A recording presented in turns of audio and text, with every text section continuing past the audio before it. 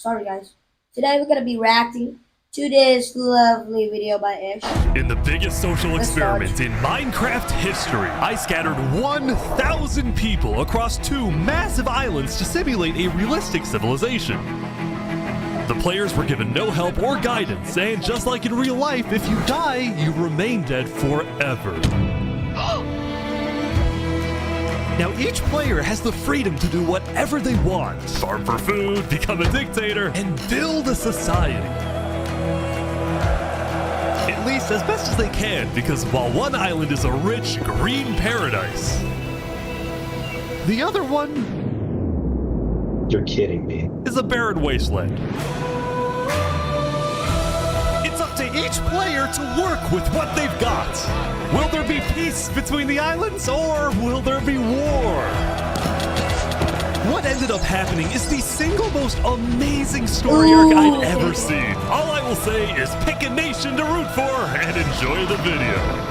I present to you the Rich and Poor 1,000 player civilization experiment.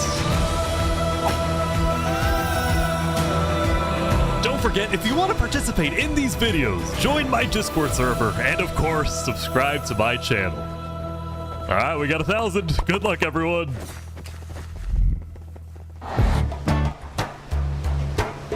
It was the beginning of day 1, and all 1,000 players began to explore their new homes. What is this place?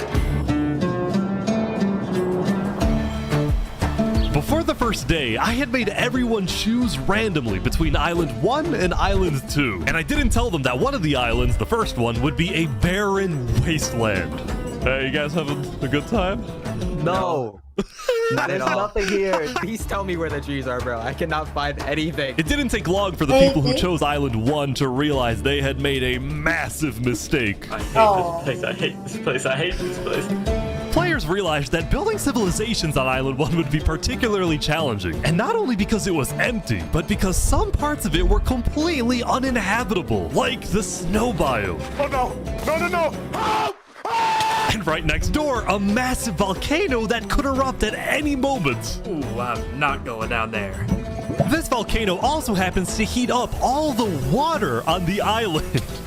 Okay. This killed a lot of people.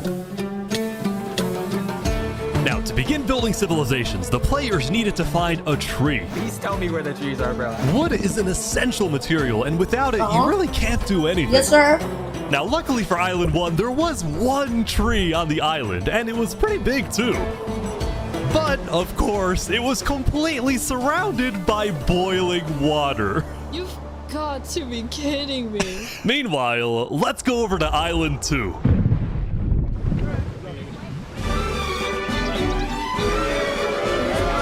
Hey guys! Life on Island 2 was beautiful. The terrain was green, the trees were plentiful, and the water was normal temperature. Open for business. Solid water? This is from the ocean. Are you trying to make me drink ocean water? No. The people on Island 2 immediately realized they had chosen the island of safety and Oh. wealth. You are literally a piece of gold. Yeah. The only real Good. danger on Island 2 was the possibility of falling down from a tree as you're collecting wood. But some people found a way to even work around that. So you're planning to build a bakery, Yes, I am. and you're forcing your employees to go up and get oak. Oh, no, no. She forcing you to work up here. Hey, no, it's double carrots, triple carrots. I don't want say carrots. anything. I want fair working conditions. Also, because of the vast amounts of trees, people were very quickly able to craft tools that allowed them to mine underground. Hello, Saps. You doing okay? Yeah, I mean, this island's great. So many diamonds already. Yeah, Wow. look at this. Yeah, I'm loaded. Overall, the people of Island 2 were thrilled with their new home, thrilled with their wealth, and they were very optimistic about their future.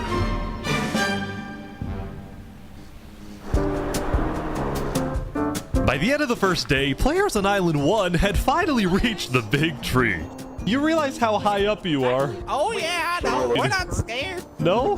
No pain, no gain. Island 1 was still pretty far from having fully fledged civilizations, but there were communities starting to form. For example, this player named Remy the Rats made a small restaurant to feed those who were starving. Remy the Rat, what are you serving them here? It's very popular. Bread? And you could you know? What the frick? Why? Wait, is this a bread line? Yes. Oh no! I also got word that there was a small group of people who had chosen to settle in a weird location. People at the volcano. What type of people would choose to live on a volcano? Hey guys. Hello. What the? Hey, how's it going, Ish? Welcome to the mafia. This was Linguini, and he had recruited Linguini, about I love 50 people Linguini. to join his Italian mafia. I love you, His goals Linguini. were very simple: make friends and get rich. Hold on, Ish, can we tell you a little secret? We found some netherite. Oh, really? Yeah, don't tell anyone though. We're trying to keep it between us. We'll check back in with these guys later, but in the meantime, on Island 2, there were actual huge civilizations starting to form. I don't care about power. I don't care about What up, government. I Jack? just want to make a nice place for my people to live. This player named Kaldikas was the leader of about 50 people in a nation she named the Cass Coalition. And a coalition it was of very different types of people, including pirates, bankers, Canadian cartels, bakery owners, and their employees. want fair working conditions. How much even being paid to work up here? Paid? People are getting paid? Now, later in the day, Island 2 would face its first conflict. What the heck? Hey, you guys can't be destroying the beach. Who are you? A group of about 20 people were extracting sand from the shore right next to the Cass Coalition. Cass was obviously not happy about this, but these people didn't care because they were from a much bigger nation called the Commonwealth. We're actually 5 nations combined into one, so we have strength in numbers. The Commonwealth was a massive civilization that was formed on day 1 when 5 distinct groups were close enough to each other that they just decided to come together and unify under one nation. As a result, the Commonwealth had a government with 5 leaders at the top and over 150 citizens. We're going to turn this mountain into our city currently. Ah, okay. The Commonwealth leaders were very ambitious and wanted to make the Commonwealth the most beautiful, the most respected, the most powerful nation on Island 2, even if it came at the expense of others. Overall, by the end of the day, Island 2 was much further ahead than Island 1, as expected. But let's see what happens in the following days.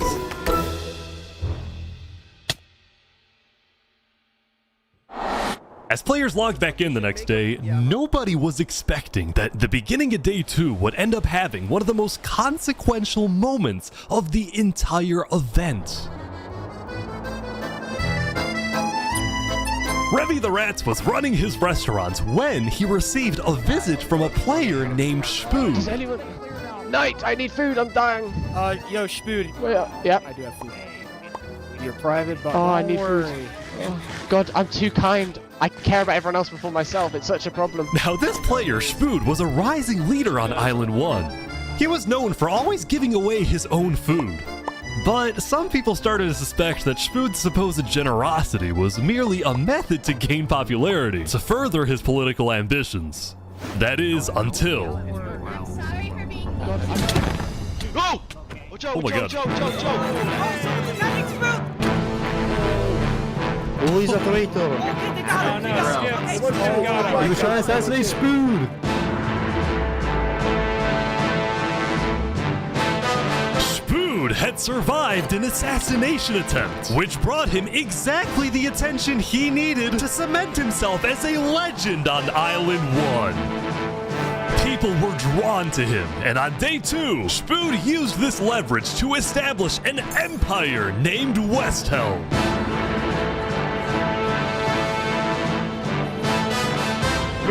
These people have made me emperor. This right here is going to be our capital. We're also building a massive coliseum. You mean where people fight to the death? Exactly. Even though the people of Westhelm were still struggling with food and resources, their motivation to succeed was unbelievably high.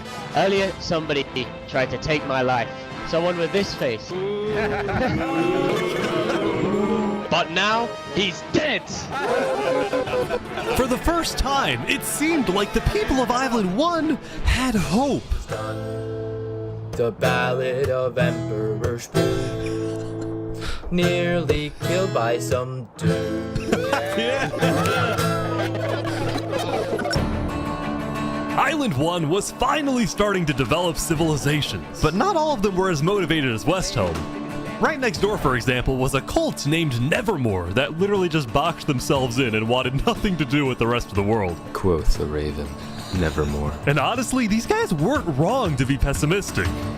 See, some of the people who chose Island 1 had secretly been hoping that when they finally make it underground, they would find droves of iron and diamonds. But instead, they only found a giant layer of lava that stemmed from the volcano and covered the entire island. This lava layer ended up killing a lot of people. That said, a lot of people weren't necessarily angry at the poor conditions themselves, but more so about the inequality between Island 1 and Island 2. See, even though the two islands had a border separating them, preventing anyone from crossing for now, rumors were spreading about the wealth and the amazing environment of Island 2. Because of this, some people on Island 1 were starting to develop some feelings about the other island. Island 2 might be the better island, but we're the better people. Oh. In fact, artists on Island 1 were already making propaganda posters, some of which were rather concerning, including a few creations by our mafia leader, Lingolini. Speaking of Lingolini, there was some drama on the volcano on day 2. I just survived an assassination attempt. What? Whoa. Mamma mia, help me! I'm getting chased! Lego likes just attacked me out of nowhere and I had to run down the mountain. It was becoming a pretty common occurrence on Island 1 for people to try to rob or murder as a means to get food or resources. But Lingolini was not going to let that slide. Well, what are you gonna do about that then? I put the hit out on him. Everybody in the mafia knows that the Lego likes is an enemy of the mafia. But then, during our interview... Oh, wait, who's coming out over here? There's some people coming down. Oh, those are people from Infernus. They're our allies. Oh, really? Lingolini had decided to share his volcano territory with a larger group called Infernus, whose main goal was to preserve and protect the sacred land of the volcano. I spoke with the leader, a player named Seneca, who described herself as the Queen of Infernus. We are a nation of the flame. We have to treat the volcano with the respect it deserves, and we hope we can work with Lingolini to do just that. Seneca and Lingolini agreed to protect each other in case of an invasion, and use the volcano's height and flowing lava to their advantage. If anybody tries to attack us, we'll kick them out like a Koopa shell. Now, speaking of invasions, on day 2, the Cass Coalition was approached by an army of boats. Oh, crap. Guys, I think we're under attack. It looked like for some reason the Commonwealth was coming to attack. No, we can't fight this. We gotta run. Get everyone out. But after a few moments of panic, it turned out to be just a group of immigrants who had gotten lost. We are not here to invade, I swear. Oh, I got We're not here to invade you, we promise. Why are y'all here? It's you must. But I didn't do anything. I just followed them. You brought them all. You didn't do anything. Okay. The leader of the migrants, a player named 3 Below Zero, profusely apologized for the scare, and then the migrants took off.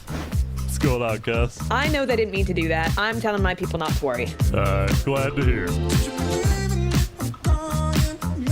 Now, on day 2, players had finally realized that Island 2 was not technically an island at all, but an archipelago, or chain of islands. The northern island was an optimal place to settle, with open fields, trees, and wildlife. So naturally, it had the biggest civilizations, including the Commonwealth, the Cass Coalition, and a huge kingdom named Tricolor, ruled by a monarch named Jophiel. The red stands for the underground, the green for plains, and the blue for the coast. The center island, meanwhile, had pink cherry blossom trees, and was the home of a small nation called Barbieland.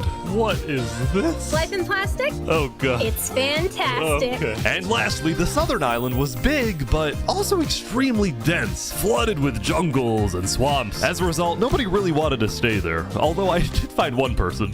Saps, what is this? Can't you tell? This is my vacation home. How's this a vacation home? I don't see any lawn chairs or furniture. There's no roof. Hold your horses there, cowboy. It's not done yet. Saps was one of the few players who chose not to join any civilizations because he didn't want to get dragged into politics and drama. Still, he made lots of friends across Island 2, his best friend Flux actually being the second in command of the migrant group. Speaking of, 3 Below Zero and the migrants had finally reached their destination all the way up north. Now, other than accidentally invading the Cass Coalition, these guys seemed pretty insignificant. But little did people know, this new civilization was about to change the entire world.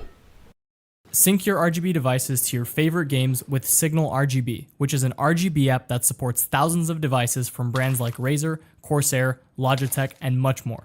You get easy control over every device in one clean interface instead of using multiple RGB applications. Download Signal RGB today.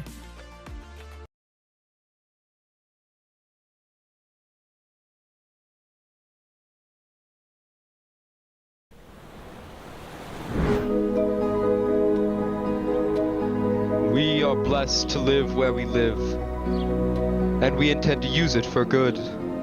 We are enlightened. We are the light. We are Luminara. The migrants had decided to call their civilization Luminara. They saw themselves as the light of Island 2, the innovators, the inventors. See, the reason 3 Below Zero had chosen this specific location to settle, well, it wasn't by accident. After the first day, 3 Below Zero had used content and propaganda released by the people of Island 1 to estimate the location of the other island. He then used a coordinate system to calculate the northernmost point of Island 2. His goal was to settle as closely as possible to the other island so that when the day comes, when the borders drop, Luminara can build a massive bridge connecting the two islands, giving free passage as a sign of good faith to perhaps bring about world peace. But it wouldn't be that simple. The second in command of Luminara, Flux, as well as a few concerned citizens, did not want that bridge to be built. They had seen the Island 1 propaganda. They knew that people on Island 1 were angry. Their fear was that Island 1 would just use that bridge as an opportunity to invade Luminara and perhaps invade the rest of Island 2, leading to a world war. That bridge is a bad idea. Moving up north was a bad idea. Island 1 is going to invade us, and Luminara is going to be their first target. What about the goal of world peace? I respect our leader's goal, but he's dead wrong. We shouldn't be trying to befriend our enemies. The way we're going to achieve world peace is by uniting Island 2 against Island 1. What if 3 Below Zero says no? What if they finish the bridge? Well, then at least they'll know I tried to warn them when Island 1 comes and kills us all.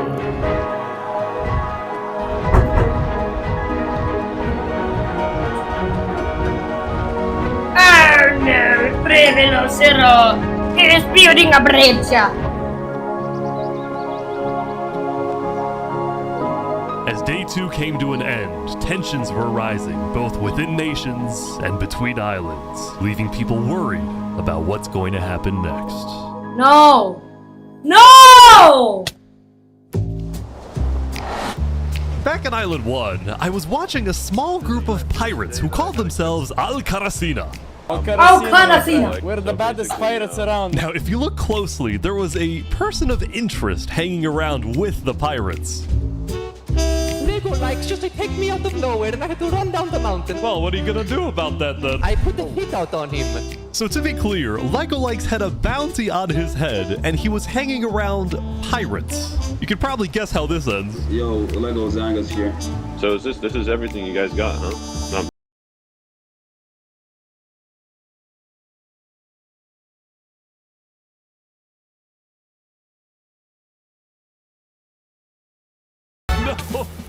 Oh my gosh.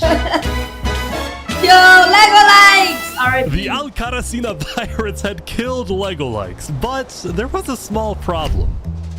Did you hear about the news? Yeah, I saw it, but we don't know who claimed the bounty. It didn't say it in the chat. Because Lego Likes had technically died to boiling water instead of a player, Lingolini didn't know who actually killed him. But fortunately for the pirates, when a player dies, the dead player drops their own head, which the pirates believed would be the proof they needed to collect their bounty later today. So you're expecting a payment later? Yes. We expect. All right. Well, I'll go. You guys let me talk.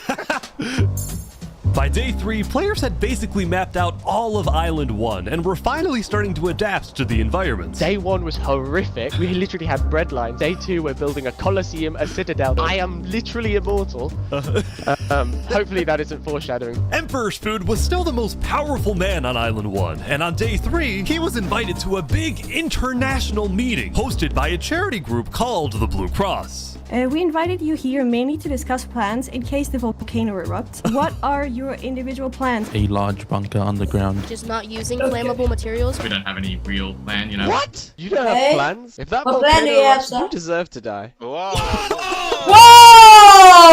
Emperor's Food had come in with good intentions, but it was there that he learned that he hates meetings. I'm gonna go there. When Emperor's Food left, the other leaders were unsettled. Was this guy really the figurehead of Island 1? Okay, we need a better representative. Then, basically right on cue. Elysium diplomats follow me. Bodyguards. Sorry, guys. Sorry, I'm late. This is Benji, and he's the leader of Island 1's second biggest civilization, called Elysium.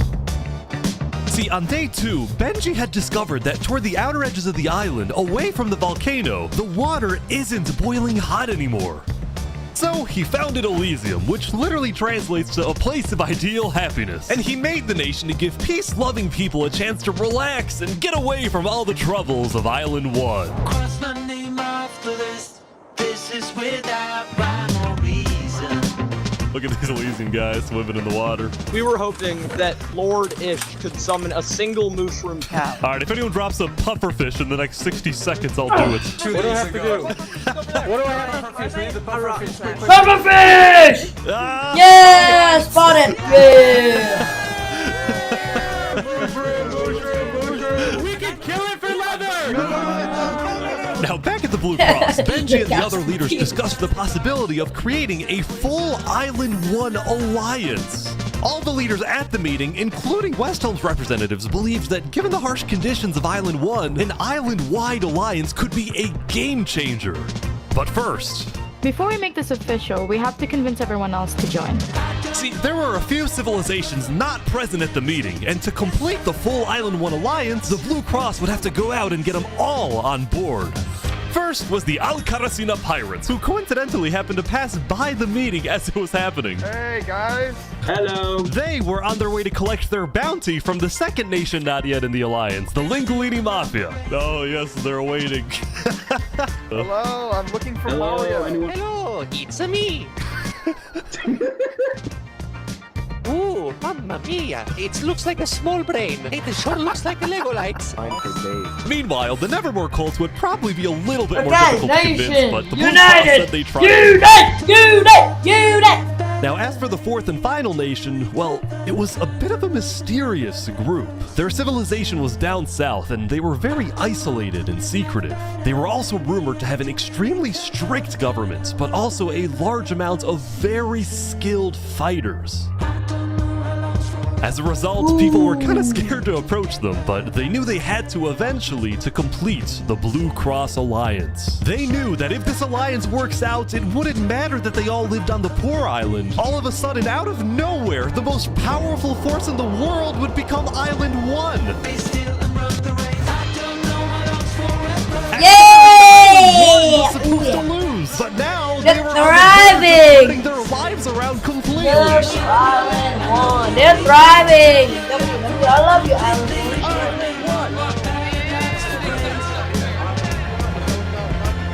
1. Be still and run the race.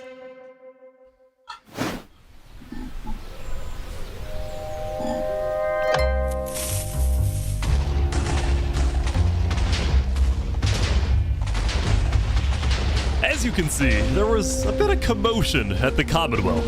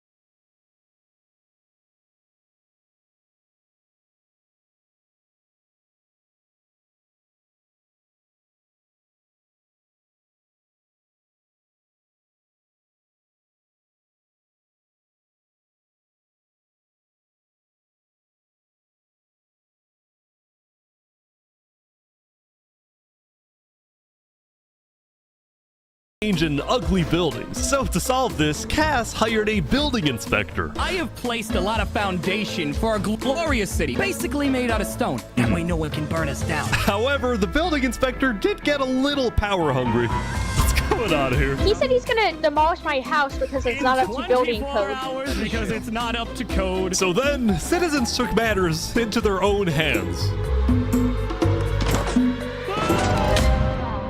What? Anyway, on day 3, the biggest nations on Island 2 were still the Commonwealth, the Cass Coalition, and Tricolor. Tricolor was a medieval civilization separated into 3 regions, one of them being an underground city. All headline. Oh my gosh. This is big. Yeah. People didn't really know that much about Jofiel and Tricolor because they tended to be more private. Jofiel was more interested in building up Tricolor rather than doing outside diplomacy. But people would still come to Jofiel with all the political news of Island 2. I am so tired of the politics already. Yeah. I've got some news. People are concerned with Aperion trying to colonize them. Oh my god. Now, this particular rumor about a group named Aperion colonizing people Welcome happened to to be false. Aperion. Aperion was just a small town led by a player named Aperion. Alkaline, and it was actually the only nation other than Luminara that directly bordered the ocean next to Island 1. That said, the rumor that Island 1 was uniting was true, which got some people worried, especially the 2 border states. So Jofiel invited over all the major leaders and diplomats of Island 2 for an emergency meeting. The only leader who declined was 3 Below Zero because he was busy building the Luminara Bridge. So he sent in his place his second in command, Flux. Flux, what's your plan here? I don't care what 3 Below Zero says, we need to make sure everyone unites against Island 1. Good luck, sir. And because this meeting was the most important event yet on Island 2, Jofiel invited a neutral mediator, someone who could lead the meeting in a fair manner and wasn't a part. Okay, so he's hosting the meeting. There was the Colosseum, which when finished will play a major role in West Helm's justice system. Okay, so here's what happened from the last one that I have watched. So yeah. As the leaders and representatives are... Chat, I'm going to skip this part because I don't want to steal wheels from Ish. So y'all have to check it out by yourself. Because, you know, just kidding, chat. You thought I would do that? No. The 2 border states. So Jofiel invited over all Aperion colonizing people happened to be false. I won't do that, Aperion chat. was just a small I'm not town that led by guy. a player named Alkaline, and it was actually the only nation other than Luminara that directly bordered the ocean next to Island 1. That said, the rumor that Island 1 was uniting was true, which got some people worried, especially the 2 border states. So Jofiel invited over all the major leaders and diplomats of Island 2 for an emergency meeting. The only leader who declined was 3 Below Zero because he was busy building the Luminara Bridge. So he sent in his place his second in command, Flux. Flux, what's your plan here? I don't care what 3 Below Zero says, we need to make sure everyone unites against Island 1. Good luck, sir. And because this meeting was the most important event yet on Island 2, Jofiel invited a neutral mediator, someone who could lead the... Where are you very excited about it? Oh no, I'm not excited. Separata! I'm terrified. I'm accidentally gonna cause a war.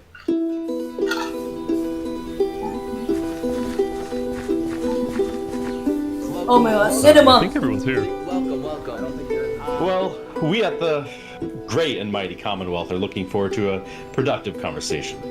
Thanks, Okay. it's great. So, as the president of Aperion, I'm actually really worried about our town, which is why I'm proposing we all join a defense pact. If one of us gets attacked, all of us are under attack. Here, here. I can agree to Yeah, I that. like that. That's good. That's a good start, but if Island 1 attacks, say, Luminara, well, by the time you can even arrive to defend us, everyone at Luminara will already be dead. which is why I think we need to focus our efforts on preventing an attack in the first place. An attack is inevitable. I'm just saying. Hold on, Flux. Let Jovial finish. Island 1 is starving. They're not going to attack us. They have bigger problems. And imagine for a second how quickly we could change their hearts and minds if, instead of treating them as an enemy, we send them aid. I think Joe feels right. We do the defense pact, but we also send aid to Island 1. Basically, we're ready for an attack, but we try our best to prevent it. I'm on board with that. I can agree to that. The Commonwealth agrees. Guys, no, this is ridiculous. Island 1 is literally making propaganda saying death to Island 2. They're jealous that we live in a paradise, and they're gonna invade us no matter what. And you wanna send aid to them? Guess what? They're gonna take whatever you send them, food, armor, weapons, and they're gonna use all of that against us. He might have a point. Hold on. Island 1 isn't evil. They're not savages. They just need help. You cannot be this naive. Well, there's a guy under the table. There's a guy under the table. Everyone is super on edge. They're worried about traps. Guys, Island 1 is united.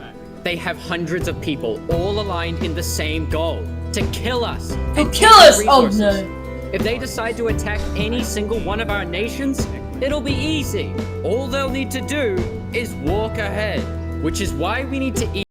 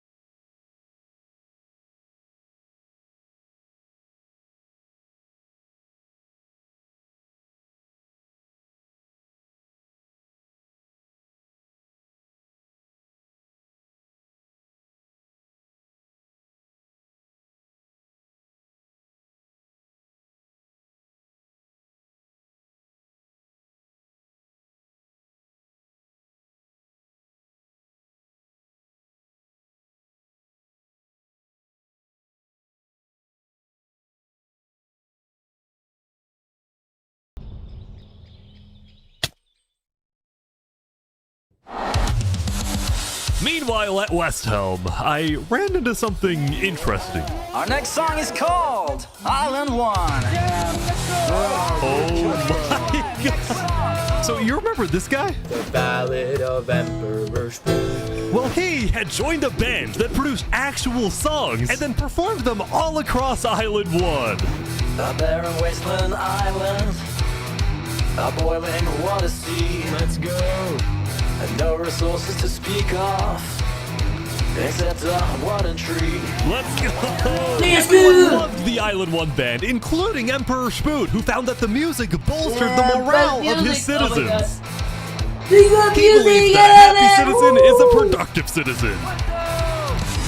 West Helm took us in and gave us a little home. Even though Emperor Spood was a chaotic figure, West Helm itself was the opposite. It had an army, a storage system, and a hierarchy, from Emperor all the way down to citizen or plebeian.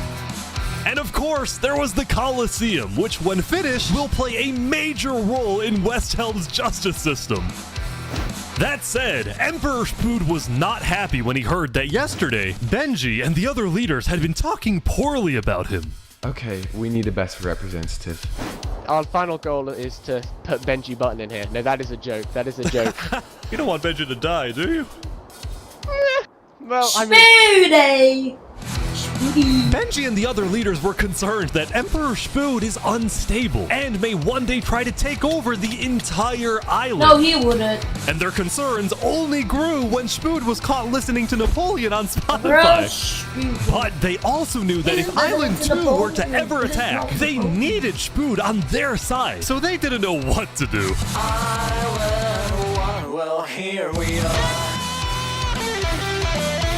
What? I just want to say, thank you, Spoon, for all your support.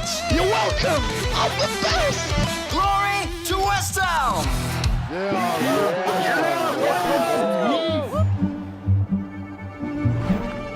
Meanwhile, Meanwhile, Seneca, the Queen of Infernus, had decided to begin building a massive castle for her people. A beautiful home base that would hover directly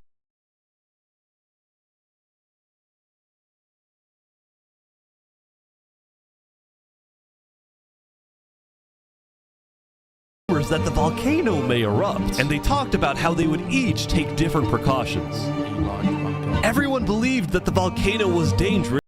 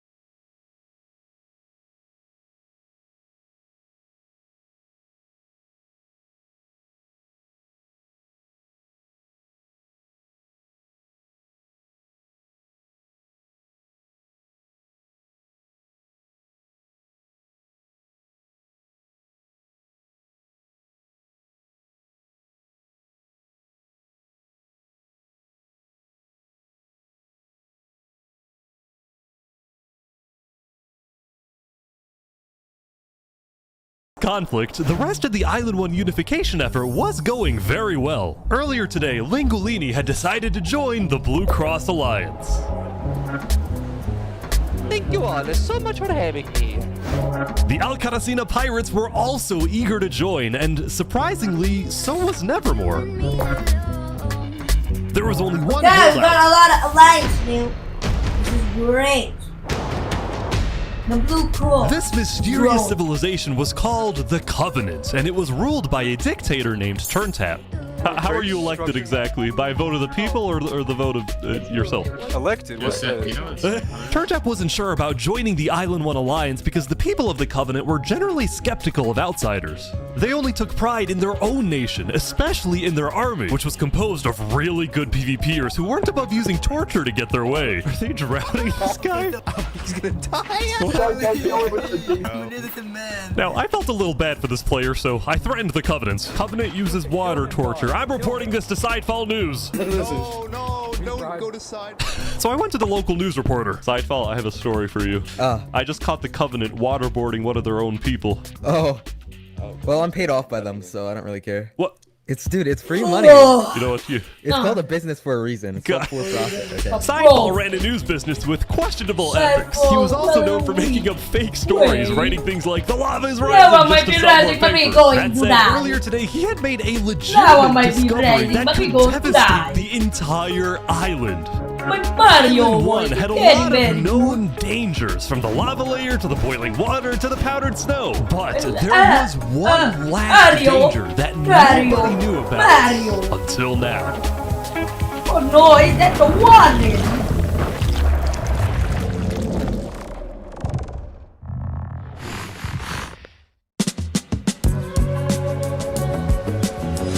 Meanwhile, the people of Island 2 had spent the day building their civilizations and having a good time. Yesterday, their leaders had voted that whenever the border drops, Island 2 would send aid to Island 1, hoping this gesture would lead to peace. But not everyone agreed with this approach. The end of Island 2. When Flux returned home to Luminara, 3 Below Zero was furious at Flux for causing chaos at the meeting and for going against Luminara's values. 3 Below Zero, as the leader of Luminara, was actually heavily in favor of sending aid to Island 1. The whole point of the Luminara Bridge was to make peace with Island 1, not to start a war. As a result, 3 Below Zero demoted Flux from his position as second in command. Chat, it's my VPN, okay? I forgot to turn it off.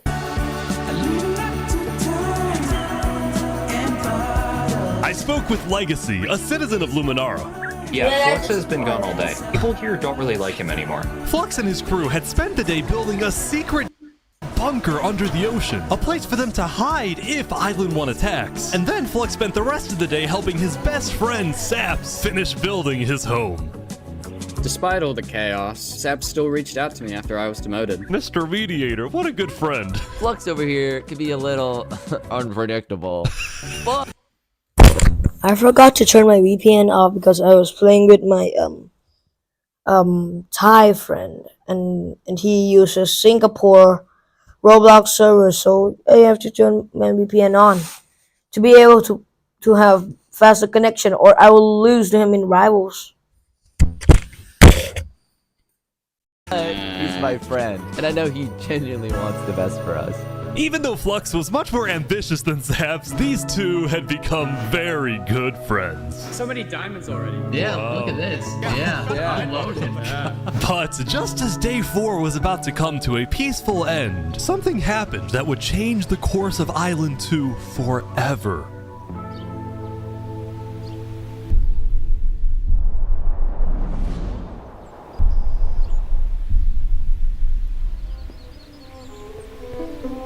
Jofiel, the leader of one of Island 2's largest civilizations, was walking across Tricolor with her second in command, Seraphim. No, separate him. What are you doing? Separate him. Why is he looking so suspicious? No! Seth! I hate you, Seth. Seth! Seraphim! What are you doing? Oh my god. What? No way. No. The second in command of Tricolor had just killed their own leader. And immediately, all of Island 2 went on lockdown. What? Wait, what? Everyone was confused about what caused this to happen. They killed Jofiel. Why? After Seraphim fled, Tricolor was in complete disarray. That's our leader. Who's from Seraphim? Back at Saps' place, Flux told Saps Number it 2 might is be a good collapsing. idea for him to call Island an 2 is emergency collapsing. meeting with all the leaders. So, for the sake of the island, Saps agreed to host a meeting tomorrow. But for now, he and many others headed to Tricolor to help them restore order.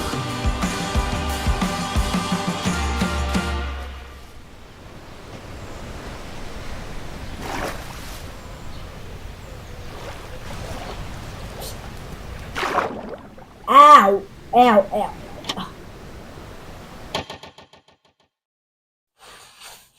Oh, day 5.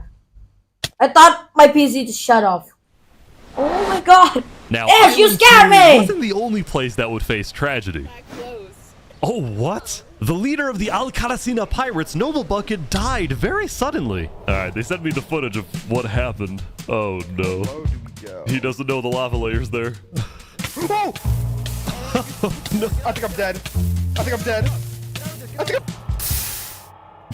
Oh my god. With world leaders dying left and right, the media had plenty to report on.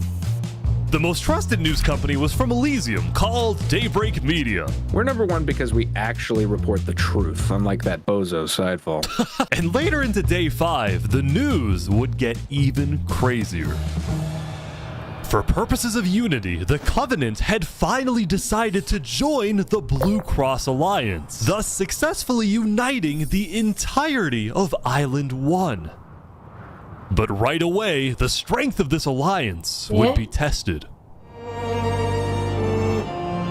Oh, earlier, a citizen of Infernus had accidentally told someone outside of Infernus that there was netherite in the volcano. And this news spread all across the island. Oh no, they're cooked. They're cooked. This was a disaster for Infernus and the Lingualini Mafia, who had been trying to keep the existence of netherites to themselves. Immediately after hearing about the netherite, the Covenant sent a mining expedition into the volcano without telling Infernus. And lo and behold, they confirmed there was netherite.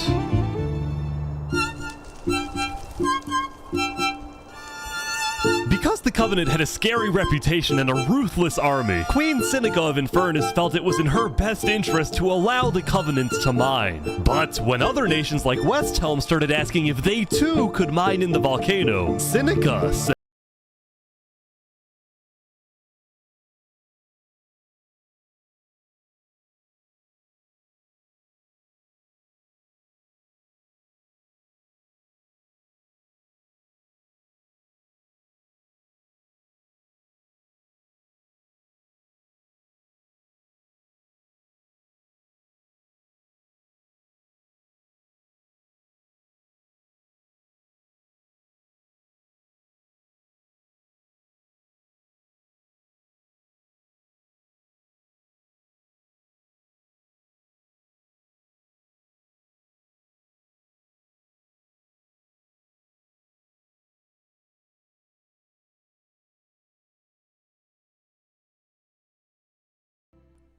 Meanwhile, Island 2 was still processing the death of Jophiel. Even though I was just a farmer, you know, you still made me feel important. Saps would invite all the leaders for a meeting later so they could coordinate a hunt for Seraphim and discuss their plans for when the border inevitably drops.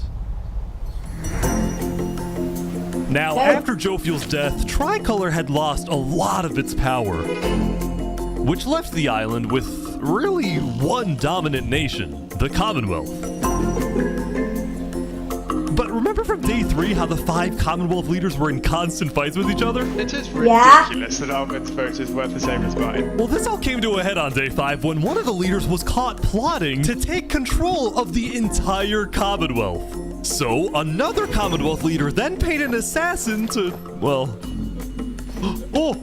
Oh my god! Oh no. Oh my god! Wolfram's dead. What? Whoa! After this, people from the Commonwealth lost even more faith in their governments.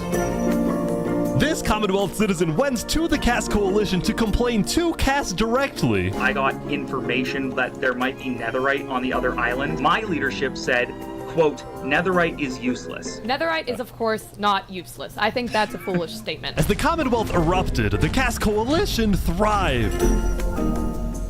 But they did have their own problems. Is this your employee? Yes, yes, he is. That implies I get paid. Is he not getting paid? Skip out on work. You hear this woman? Probably Earlier, What Daddy had ditched work to attend a party in Barbieland. So as his employers forced him to risk his life and chop down one of the tallest trees in the Cass Coalition. No, is it Wood Daddy? He's asking for help. Wood Daddy, stop. Wood. I can't hear you. Wood Daddy, no! Wood Daddy. Closer to the ground. No! Wood Daddy.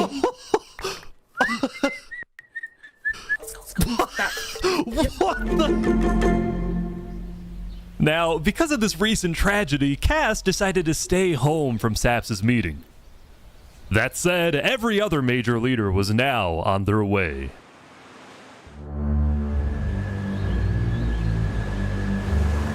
As the leaders and representatives arrived, there was one person who would be notably absent, banned from attending the meeting.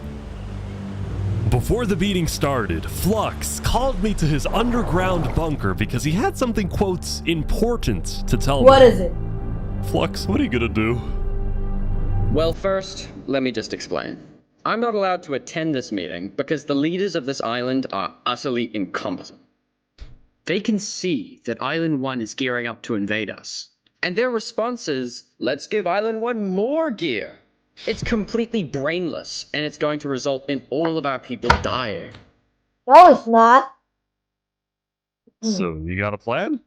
I had a plan, but nobody listened. They all voted against it. Look, we can still save this island, but the Okay. current leadership has to go.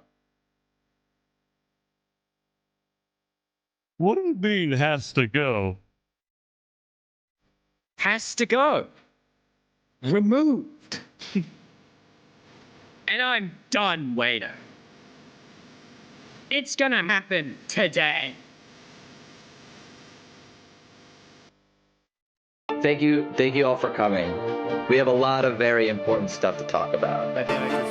You know, during the first meeting, there was one person there who actually understood in any way. Today, What's next? it's to be done. I would like to say I. Are you sure this is gonna work? I don't know, but Is there a possum and the assassin conspiracy? Don't think. he has no idea. If you would you? What just happened? I didn't do that. I didn't do that. Oh my god! Why is there a trash? Is this all Saps? Where's Saps? Where did he go? Did Saps do this? Where's Saps? Shut him down! Kill him! Kill Saps! Stop, boy! Stop!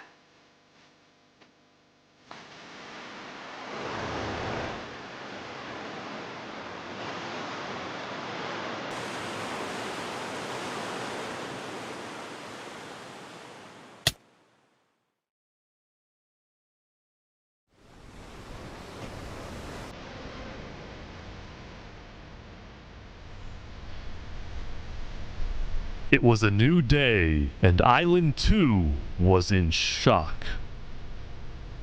What happened? On day 4, when Saps was in Tricolor helping the people after the death of Jophiel, Flux and his crew had built a trap in his roof. And Saps did not know they had done this. He had been framed by his friend Flux, used as a scapegoat for Flux's plan. Oh my god. But because they had to rush to build the trap, it actually wasn't fully successful. Some of the dripstone, including the one meant for 3 Below Zero, had failed. But overall, the trap still killed the leader of Aperion, Alkaline Alk, a leader of the Commonwealth, Coraline, and 4 other very high-ranking officials from across the island. The people of Island 2 were devastated, confused, and angry. Our leader's dead. What just happened? After the trap went off, Seraphim was immediately caught and killed. Oh! Where the Tricolor? But when more people found out about how exactly their leaders died, their anger wasn't really towards Seraphim, but toward the person they believed was behind it all, Saps. And it made sense. Saps knew he'd be hosting leaders at his home. It was his roof that had a secret trap. A trap that happened to fit perfectly into the design of the roof. Saps was about as guilty as it was possible to be. With that, all the major Island 2 nations, from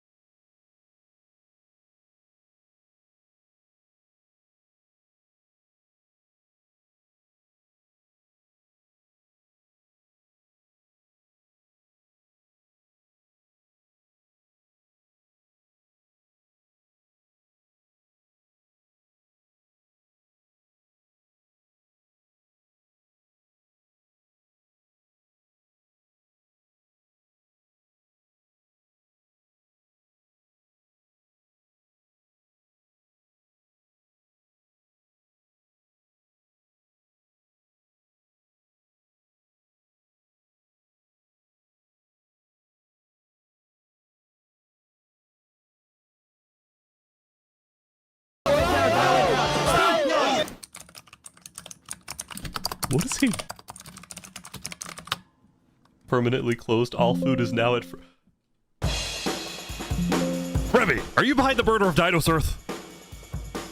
Oh no.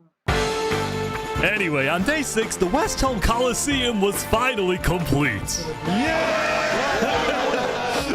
What do you plan on using this arena for? Do I actually have to say legally? No? Maybe a little bit of blood will be shed, and that's all I can say. While Spood was a popular leader who got things done, he had also developed a reputation of being a little unstable. He said outlandish things, he can't stand meetings, and his justice system wasn't by courthouse, but by combat. This is something Spood's first attempted assassin, Ramsayer, tried to prevent. It's why he tried to kill Spood, and he wouldn't be the only one.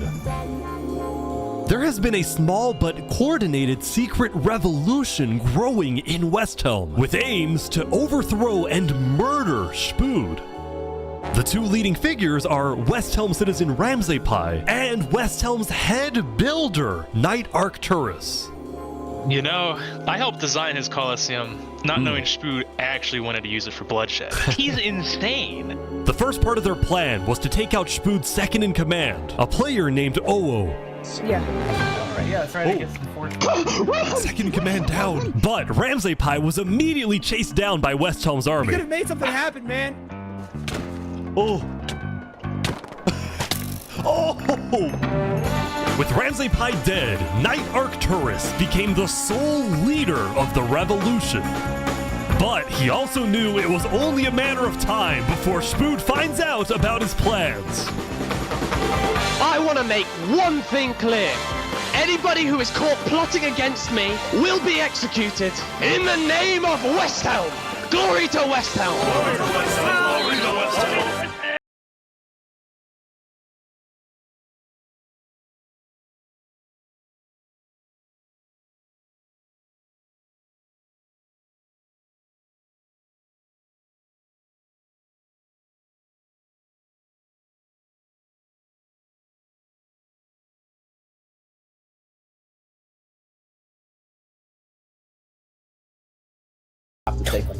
The meeting began with West Helm's representative and Spood's newly appointed second in command, Spider. We asked if you had netherite, and you lied. You said there was no netherite, that you had looked in it, and that you hadn't found any. Because people were immediately starting to gang up on Infernus, Benji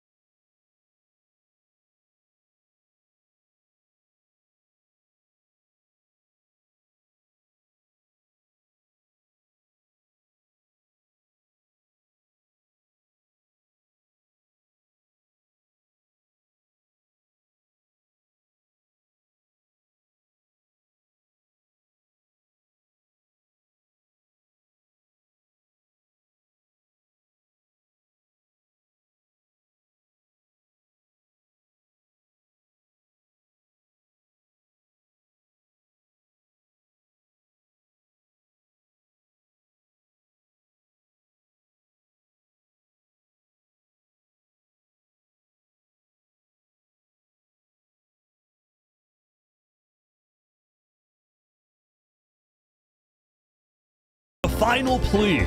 We have a representative from every single nation on this island. You have an opportunity here to unite us all, or you have an opportunity to totally destroy that unitedness. But Sinica still wouldn't budge. For now, it's a no. So, Linguini made a big announcement. Mario has a large chunk of territory in the volcano. The Linguini family declares independence from Infernus, and we will open mining to anybody who wants to mine.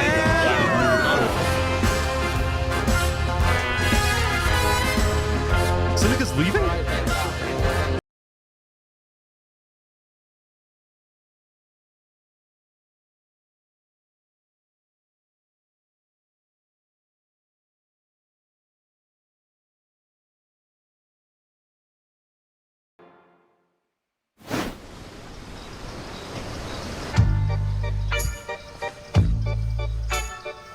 Saps, what just happened? Dude, what just happened? Every leader in front of me just died. And you had nothing to do with it. It wasn't me. Someone was in the roof. I'm getting framed-ish. Following yesterday's trap, Saps was on the run, as he was now the most wanted and notorious criminal on Island 2.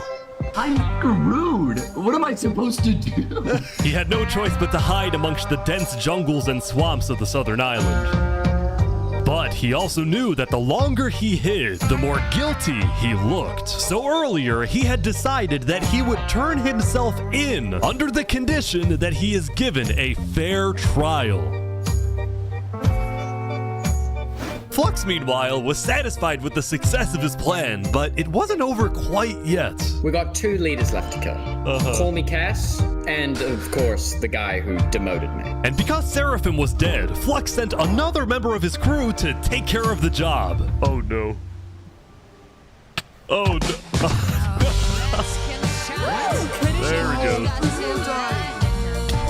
To the world, this looked like yet another senseless assassination. But to Flux, it was the strategic progression toward making the people of Island 2 paranoid. So paranoid that they wouldn't trust anybody, and especially not Island 1. In fact, the new leadership of Tricolor was already preparing for Island 1 to invade. I think we should secure our nation, make sure we have plans when inevitable war and fighting starts. Sending aid to Island 1 was officially off the table, and the construction of the Luminara Bridge had come to a stop. After all these days, Flux's plan was finally working. Now, the Cass Coalition, meanwhile, hosted a diplomatic meeting on Day 6 to try and increase the morale of Island 2 before the border drops, although Cass herself was too scared to attend the meeting. And I want to enter, but my members are telling me not to because there was an attempt on my life yesterday. Right. Because Cass was one of the last remaining major leaders on Island 2, she now had guards with her at all times. Here, I'll trade you armor. Why? I want to make sure you guys do not die. Please don't die. That said, everyone would soon be tuning into the trial of Saporada to find out whether Saps will be freed or executed. Several nations argued over who would get to host the trial, but the Commonwealth ended up winning. We've made this beautiful venue to show the world that the Commonwealth is still the strongest. But first... Down in the mines, they've all been searching for something. Down in the mines, why does it appear? The warden. They're moving the warden up. No. No, they're not.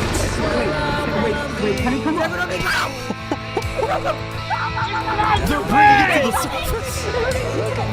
Hey, no way! I've been down,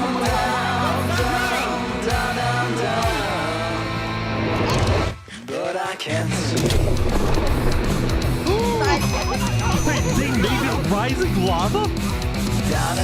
So remember that discovery that Sidefall made? Well, it was a warden, also known as the most dangerous creature in all of Minecraft. Sidefall had then renamed the warden to Rising Lava, so that when he was accidentally killed by it, the entirety of Island 1 went into a panic. The lava is not rising, but this is just as dangerous. For now I'm down, down, down, down. Run!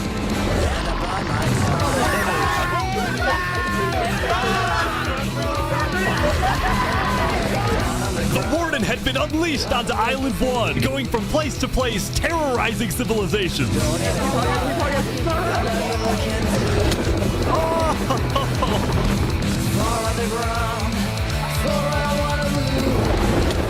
Oh my god.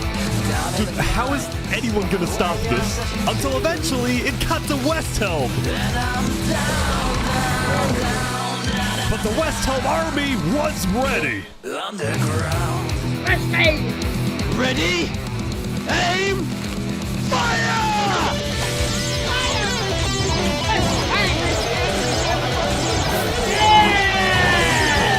Come on!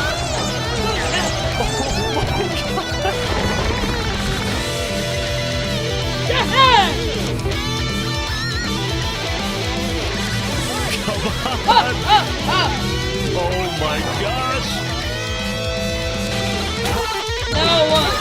Stop!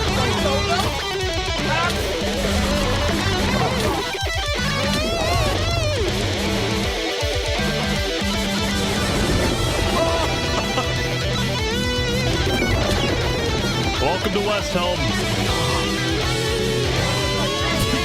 Is it Revy's place?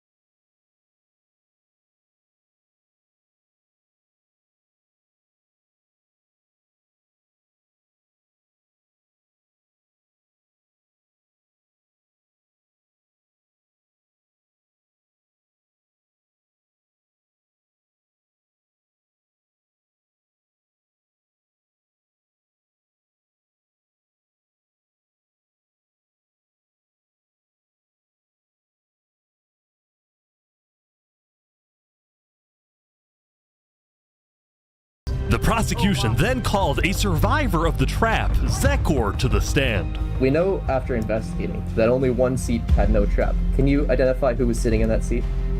It was Saprada. And who built the meeting hall with that seat? It was Saps. You killed our leaders. You destroyed our island. May your death today satisfy us all. Then it was time for the defense, for Saps to give the most important speech of his life. All I ever wanted for this island was peace and cooperation between the nations. The loss at the meeting yesterday was extremely devastating and came out of nowhere. But I can tell you right now, I'm innocent. It wasn't me. The leadership in Luminara helped me build the meeting area. He's gonna expose them. And we're the only people who knew about the area before the leadership meeting. That includes the prosecution himself, Thomas 5200. What? Gotoga, Hive Rotation, Snowbird 334, and their ringleader, Fluxion. Hold on. When I left to gather the leaders for the meeting, they must have snuck into the roof of the meeting to make the trap.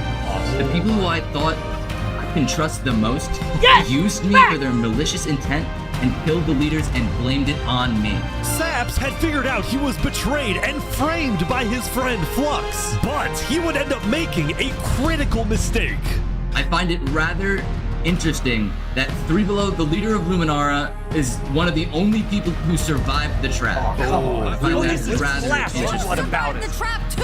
Well, Saps falsely assumed that 3 Below Zero, the beloved leader of Luminara, was also behind the murders. And with that mistake, Saps turned everyone against him. Saps, is that all you have to say? I guess. All right, I'm ready to make my decision. Oh no! Judge Timebomb, find Saparata. Guilty on all counts. Oh my god! Wait, Saps is to be taken to the top of the gauntlet and executed immediately. Kill! Oh, that's it.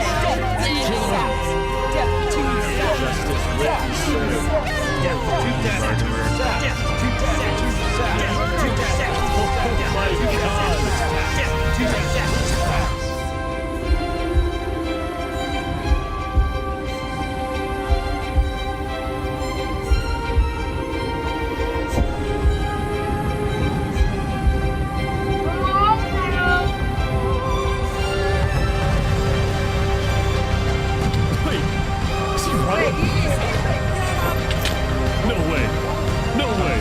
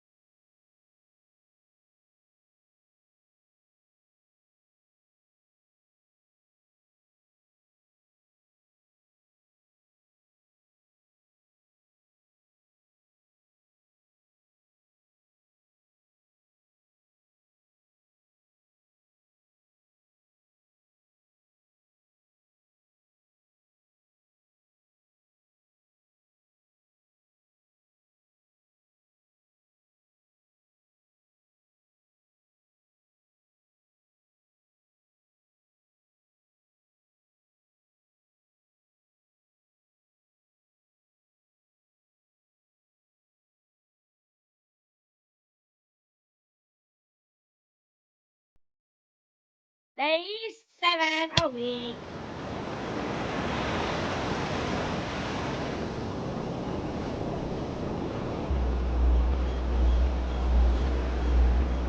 Shouldn't have been dropping soon. Yeah, I think so.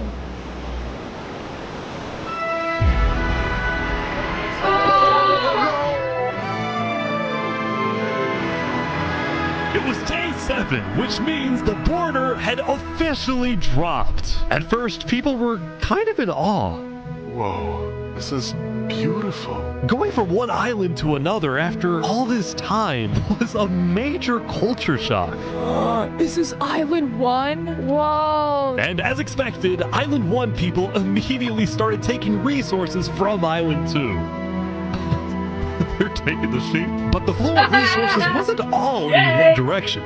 Probably gonna take some gravel back to Island 2. We don't have a lot of it. Still, as people from the two islands started meeting for the first time, they were surprisingly friendly to each other. Like these two who made a tunnel connecting the islands from underground. This is amazing!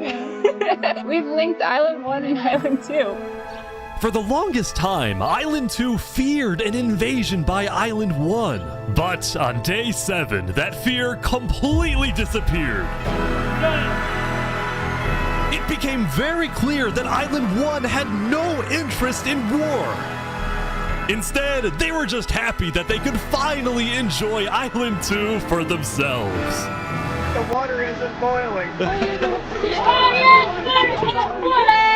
That said, at the beginning of day 7, Lingolini made a big decision. He had decided to move out of the volcano and relocate his entire mafia to Island 2. See, this is much more organized than Island 1. After yesterday's Netherite meeting, which got a little heated, Lingolini had legitimate fears that Infernus might seek revenge against him. So, hoping to live a more peaceful life, Lingolini went far away and settled in the Cass Coalition. So you're the leader of a mafia, I've heard? Yes, we are, but we might do some rebranding over here. Are you guys like violent? We weren't violent much, but we have done some political talk that has not been taken well, which is the reason why we're here. Sensing potential danger, Cass decided it was best for Lingolini to set up his home outside the Cass Coalition. That said, the Cass Coalition was now bigger than ever before. On day 7, Cass hosted a funeral for the deceased Wood Daddy, and over 100 people across both islands showed up. We are gathered here today the cherished memory of Wood Daddy, a beacon of kindness in our community. While Cass's influence grew, the Commonwealth was in shambles. Saps' trial yesterday was a disaster for the Commonwealth. Island 2 had entrusted the Commonwealth to run the trial of Saps. So when Saps escaped his execution, people lost all faith in the Commonwealth, which at one point was the most powerful civilization in the world. On day 7, most of the Commonwealth leaders resigned, leaving just one player, Sitzkrieg, as the sole ruler of the Commonwealth. We're actively searching for Saps right now. We will restore honor to the Commonwealth. One of Sitzkrieg's biggest goals was to find and kill Saps, but his other big goal was to regrow the Commonwealth's population, which by this point had shrunk by a lot. So he sent out a lot of public invites, especially to the people of Island 1, and it actually did work, until one of the people who moved in was Knight Arcturus, the lead builder of Westhelm, who had to flee from Westhelm because Spoon had found out about his secret plans for revolution. Commonwealth's letting us hide out here. So as long as Spoo doesn't find us, we should be okay. Speaking of fugitives, the world's biggest fugitive, Saps, was back to hiding in the jungle after miraculously escaping from his trial, although his spirits were quickly fading. Everyone thinks I'm a murderer. I just don't do too anymore. Saps knew that Sitzkrieg and the Commonwealth soon planned to scout the entire southern islands to hunt him down. So on day 7, Saps decided that his best bet was to leave his home island and flee to Island 1. The RGB on this gaming setup is reacting to the Valorant spike timer. You can do this with Signal RGB, which is an RGB app that supports hundreds of brands and thousands. Signal RGB. But it wouldn't be so easy. Because the border had just dropped, people were constantly going back and forth between the two islands, which means traveling by sea could be dangerous. So Saps decided on another method of travel. He went to the place where he was least expected.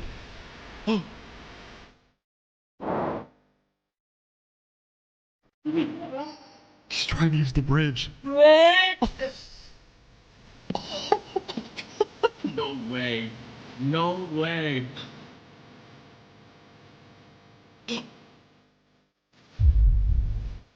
What the heck? What are you doing, bro? Whoa! 911. Now, instead of chasing Saps, the Luminara builders instead retreated to inform everyone else that Saps was on his way to Island 1. Saps, meanwhile, quickly sailed the rest of the way to the other island, although what happened next was unexpected. Oh, there he is. Hey, buddy. Whoa. You scared the crap out of me. Am I allowed to touch this water? Yeah, right. Yeah, you know, it's good here. On the south side of the island, it's safe. It turns out, earlier, Saps had reached out to a bunch of people on Island 1, offering them 2 stacks of diamonds if they give him a safe place to hide. And out of all people to accept his offer, it was Turntap, the leader of the Covenant, the most feared and militaristic civilization on Island 1. How was the trip? I ran across the giant bridge that Luminar is building, and like all of Luminar was there. When Saps and Turntap finally arrived at the Covenant, Turntap immediately distributed Saps' diamonds to the Covenant army. But then, in a surprising move, he sent them out on a secret mission. Turntap had sent the Covenant hit squad to Island 2, but not to accomplish a goal for the Covenant per se, but actually upon the request of Infernus. Linguini betrayed us, humiliated us. He ruined our sacred land. Yesterday, Lingolini had opened up the volcano for netherite mining, and as such, people from all across Island 1 had started mining in the volcano. And even though Lingolini had now moved out of the volcano, Sinica felt that since people were already mining, she had no choice but to let them stay. She was not happy about what Lingolini had done, and Sinica wanted revenge. Oh! They're killing the entire Mafia. Otherwise, baby. Oh my god. Now, the reason the Covenant was willing to do Seneca's bidding wasn't just because she'd let them mine for netherite before anyone else. But because as a civilization that values honor and loyalty, the Covenant didn't appreciate how Langolini so publicly betrayed Infernus. Oh, they found him. Hey, you never thought about diplomacy? We could have had Island 1 at peace and world peace, and we still can, really. Oh, here they go. But over my grave, he will not be a part of it. Oh, they've got him. They've got him. No! Yeah.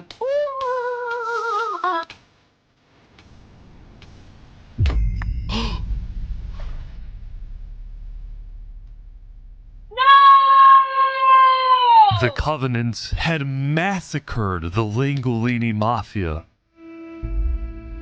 Before anyone could retaliate, the Blue Cross announced they would schedule a hearing, calling on the Covenant to explain what they had done.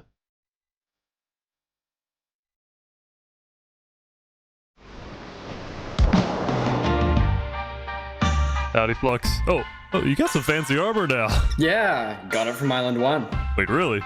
Earlier today, Flux and his crew had gotten their hands on a super rare armor trim by trading with the Covenant, who had picked up the armor trim from the Warden when it died.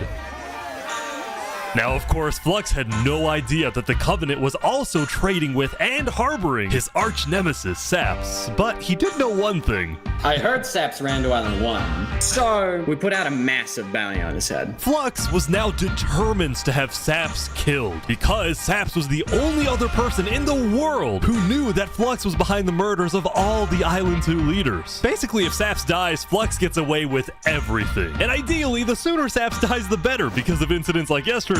That includes the prosecution himself and their ringleader, Fluxion. Fortunately for Flux, it didn't seem like anyone at the trial believed Saps. If anything, Saps' accusation only made people hate him more, especially the people of Luminara, who weren't happy that Saps accused some of their fellow citizens. What do you want to do to Saps? Kill on sight. We hunted him down the other day. We couldn't find him, but we have speculation of where he is. After the murder of their beloved leader 3 Below Zero, Luminara soon planned to host an election, and the current frontrunner was a player named Legacy.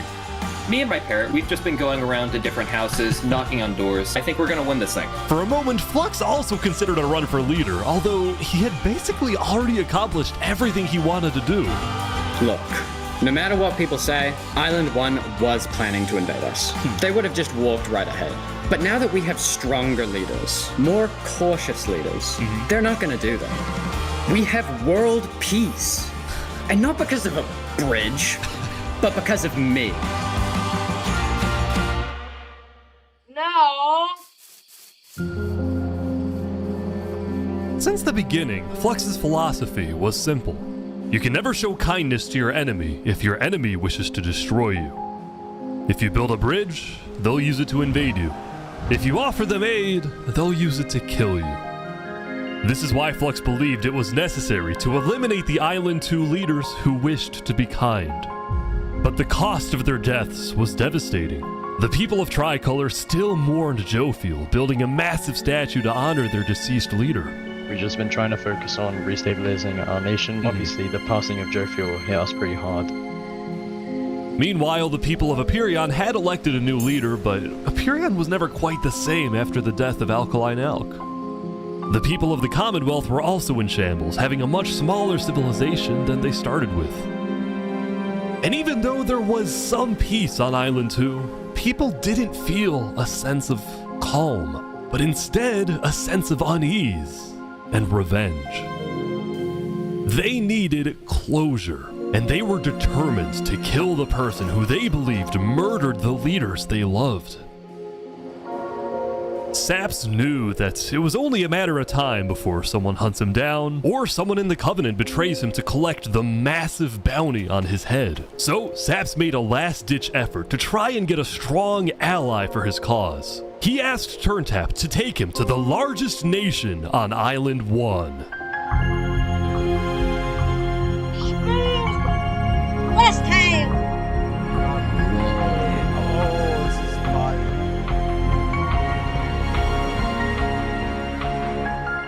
their way to the West Helm Capitol building, they ran into a citizen of Aperion from Island 2 who recognized Saps.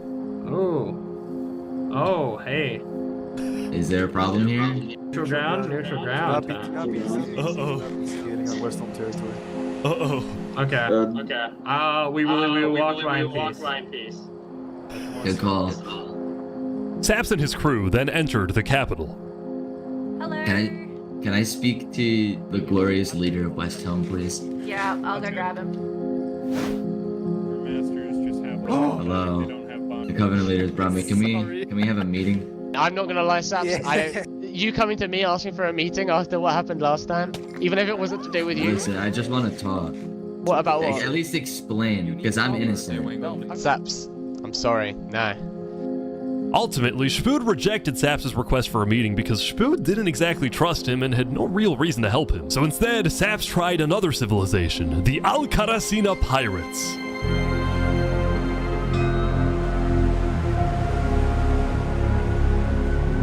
Although when he arrived, things felt a little off. Now, since you're here, you have to drop all your gear. I'm just kidding. Well, about that. Wherever you think is the safer option. At the end of the day, I don't want any of you guys to get killed for something that I'm being framed for, you know? But then, suddenly...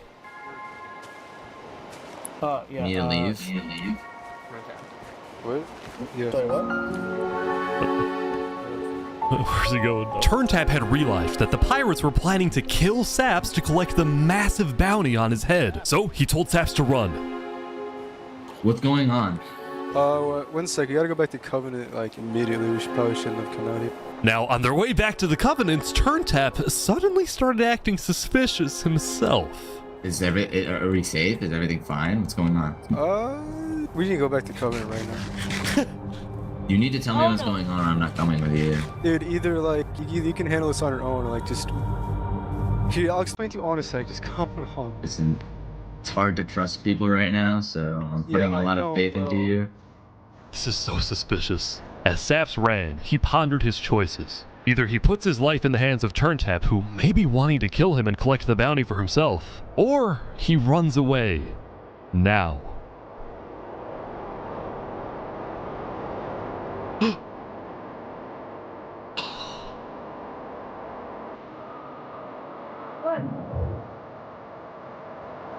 It's all alone. Saps then climbed the mountains of Island 1, escaping from the last remaining person he thought he could trust. He was now all alone in a world of people who hated him and wanted him dead.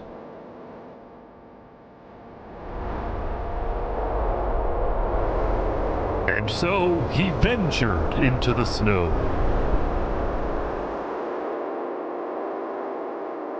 And started collecting blocks. Saps, what are you doing?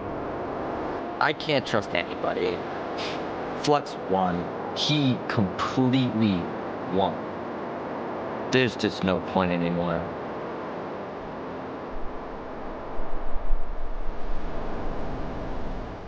On day 7, Saps built a tower in the tundra, a monument for people to remember him by. And he planned to jump off. No! But he didn't. If I have to die, I'm gonna make sure he does too.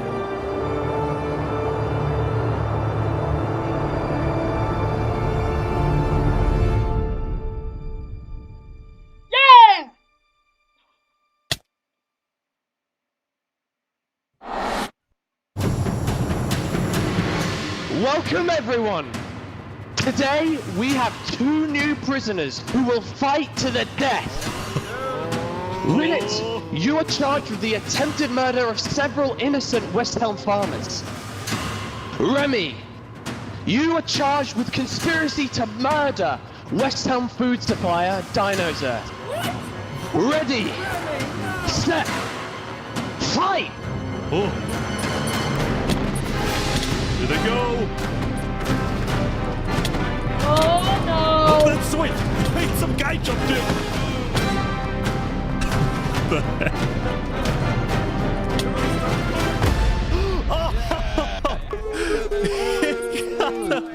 He won!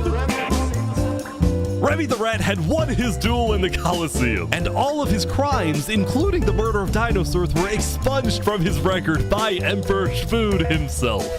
He was now a legend, and his restaurant became more popular than ever before. He put his head on the floor. Now, it's been a busy few days for Emperor Spood. He was always working on different things. Have you seen our aqueducts? Show me your aqueducts, Spood. Look at it behind you! Look at it! Well, what's the use of this? I don't really know. What is the point of anything? We just build. We have too many builders, not enough ideas. Now, while Spood was an effective leader, he did have to constantly watch his back for assassins. You know, I've thwarted like 5 assassination attempts, and guess what? I've just found out about another. No way. Spood's entire reign began with him almost being killed, so he was always extra careful and sensitive about where he went and who he associated with. It's also why Spood was particularly angry when he found out that one of the people who planned to kill him was his own lead builder, Knight Arcturus. According to some of my sources, Knight Arcturus was seen in the Commonwealth earlier today. Really? Spood had sent spies across the world to find Knight Arcturus, and when they discovered he was staying at the Commonwealth, Spood immediately reached out to Sitzkrieg to request he be handed back to Westhelm. However, given that the Commonwealth was low on citizens and needed good builders, Sitzkrieg decided to reject Spood's request. I'm not just going to give up one of my builders. The Commonwealth does not give in to tyrants. This made Spood erupt with fury. Oh, I'm gonna make sure that everybody knows the Commonwealth is corrupt.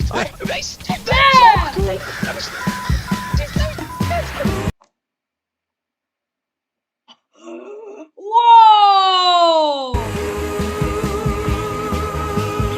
And so Spood went around telling everyone about how much he hates the Commonwealth.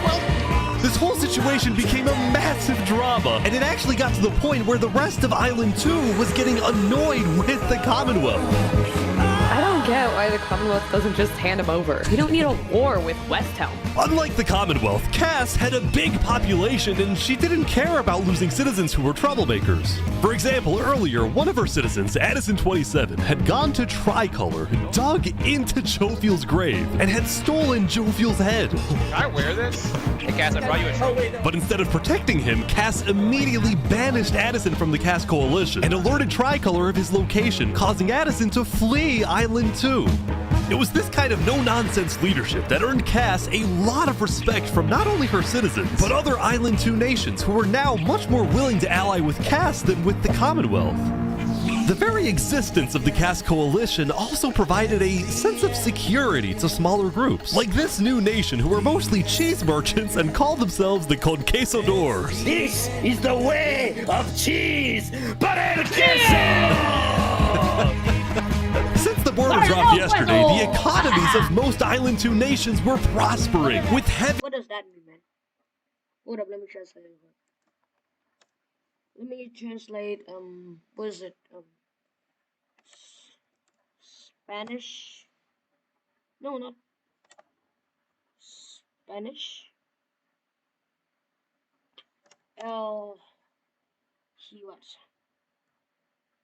Cheese, para el queso. Let's see. Para el queso. For the cheese. Queso! Since the border dropped yesterday, the economies of most Island 2 nations were prospering, with heavy amounts of trade and tourism between islands. Meanwhile, in Barbie Land... Ish. I have news. What? I'm marrying Oppenheimer. What? On day 8, the player Oppenheimer had marched into Barbie Land, but instead of destroying it with a nuke, he apparently liked it so much that he proposed to their leader. Ish, consider this your invitation to the Barbenheimer wedding. Thank you. In Luminara, meanwhile, the citizens were inventing new technologies. This is the power switch. It's 16 furnaces working together simultaneously, and it has a bunch of hopper minecarts on the inside distributing everything. As much as Luminara was finally starting to live up to its name as the light of Island 2, little did its citizens know among them was quietly living the world's most deadly group of terrorists, I'm thinking of running in the election tomorrow. Oh yeah? Legacy's pretty popular, but I'm not worried. While it seemed like each of the Island 2 nations had their own separate goals, they were all still united under one mission: to find and kill Saps. In fact, by day 8, Luminara had told all the other nations that Saps had fled to Island 1, and some nations were already preparing to send out hit squads later today. But Island 1, meanwhile, was currently dealing with a whole other political drama: the murder of Lingolini. I cannot conceive how we are being this civil about this. They came in, they found him in the hole, they drowned him in lava. This player, Vietnam, was one of the few remaining survivors in the Lingolini Mafia. Vietnam had escaped the Covenant's attack and wanted to get revenge against the Covenant, but was finding it surprisingly difficult to gather support. See, while the Blue Cross condemned the Covenant, nobody was brave enough to declare war on them. People feared the Covenant and its army, which is why Seneca secretly asked them to do the deed instead of doing it herself. If people knew that she was behind the attack, she would be in big trouble. But for now, nobody would face any consequences for the massacre of the Lingolini Mafia. No! Lingolini! Going back to Westhelm, on day 8, Emperor Spood was really only thinking about one thing: how to get revenge against Knight Arcturus. After the Commonwealth rejected Spood's extradition request, Spood's initial reaction was to begin preparing for war. But what made him think twice was his belief that the Commonwealth was a massive nation with probably a big army. Spood also knew that declaring war could risk the entirety of Island 2 coming to the Commonwealth's defense, and maybe launching a counterattack on Westhelm. So, Spood decided to change strategies. He instead decided to try and bait the Commonwealth. See if he can make them angry enough to do something rash. Something bad enough that would allow Spood to then declare war and have everyone's support. And Spood knew exactly how to make the Commonwealth angry. He invited back to the Westhelm capital the one person he knew the Commonwealth hated the most. Can we make a deal? We're running out of time.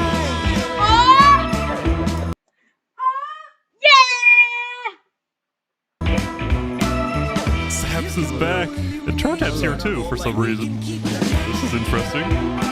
Because the Covenant had brought Saps to Westhelm yesterday, Spood had specifically asked Turntap to protect Saps and escort him to Westhelm once again. While Saps didn't fully trust Turntap, or Spood for that matter, he knew that a meeting with Spood was a massive opportunity, and it was worth the risk.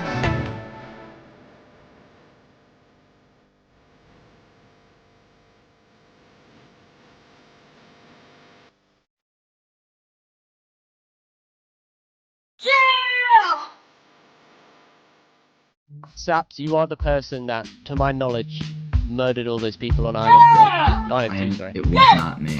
There is a person on Island 2 that is behind all of the assassinations and the corruption. His name is Fluxion. Emperor Spood was having trouble believing Saps, but he went along with it for now. Well, it seems like we both have gripes with Island 2. Spood then proceeded to tell Saps and the Covenant about his feud with the Commonwealth, and how he needed Island 1's support in case a war breaks out. There was just one problem. The Blue Cross Alliance was as good as dead. Infernus had basically left the Alliance after the last meeting, and the Covenant had stopped responding to the Blue Cross because of the Lingolini situation. So Spood decided to take things into his own hands and individually call the big 4 nations of Island 1 for a meeting. And he wanted Saps to be there so he could tell the leaders about corruption on Island 2. Now, because of Saps' reputation, Seneca and Benji were hesitant. But as long as the meeting was in a wide open area without a roof, they decided they would go.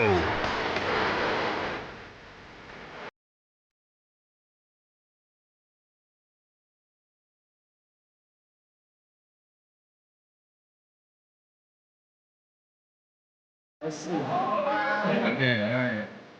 To begin the meeting, Spood first had Saps tell his story. I've been put on trial and sentenced to death for a crime I did not commit.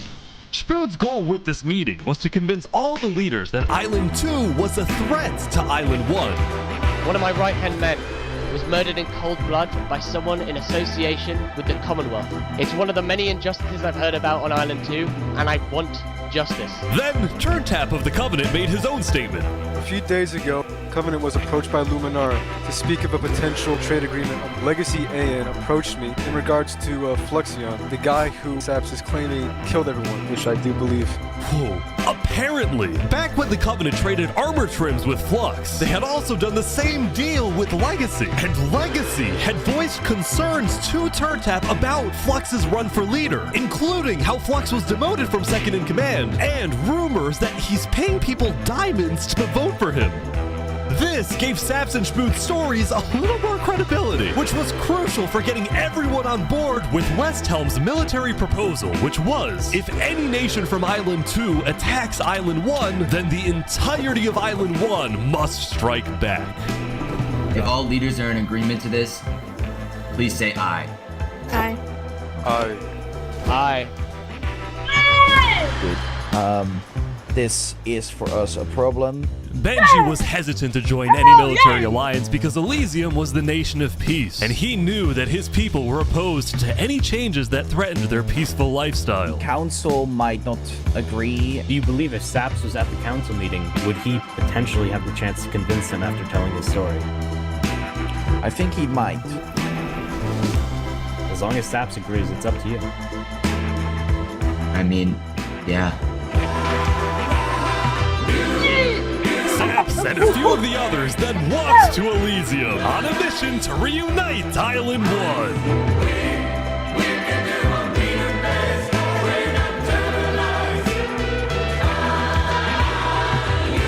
I have been framed for the mass assassination of Island 2 leaders by Fluxion and his conspirator. So many other people have died to the same tyranny and corruption that has been on Island 2. I'm just so lucky to be alive and share my story with you guys. But as Saps spoke, the people of Elysium still had some doubts. Against the corruption in Island 2, which is... But who? What does that mean? That's vague. What does that Are we mean? going It's a corruption. Listen, Elysium wasn't convinced that potential corruption on another island was enough of a reason for Elysium to get involved. But then, suddenly... A few days ago... What the... What is this? About 15 members of the Westhelm army had inexplicably walked right through Elysium. They quickly left, but it certainly didn't help the tensions. Nonetheless, the proceedings continued. They're being rushed here to pressure us. We're going to be deciding whether Elysium citizens would go to war. I think Elysium citizens need to have a say in that. Yeah. I agree with that. After even more deliberation and after even more time passed...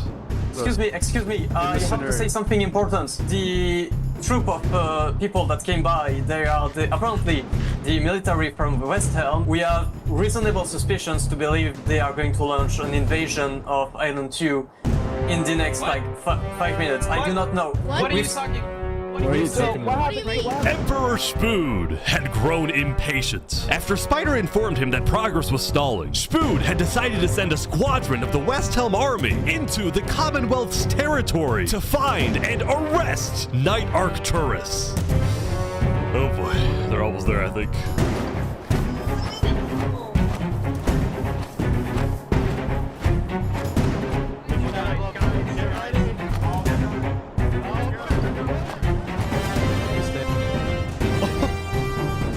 Hello, Ben. We are here peacefully. We're simply looking for a man by the name of Knight_Arcturus. Alright. We don't have him. We do not know where he's at. We have not seen him, nor have we heard from him. We don't have him. Where are they going? Is that it? With their first plan failing, Westhelm went to plan B. Shield wall, shield wall. What the? What's happening, guys? They're forming a shield wall. Outside. Everyone leave. We're getting out of here. Yeah. Alright. Everyone bail, bail.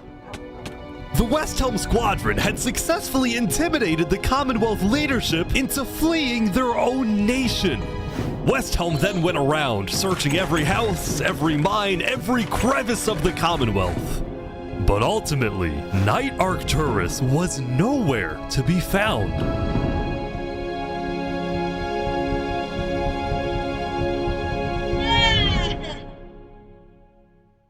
Meanwhile, at the Cask Coalition.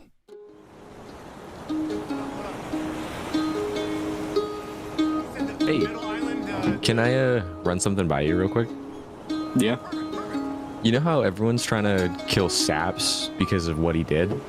And then during his trial, he was all like, Luminara was behind this. Luminara built the trap.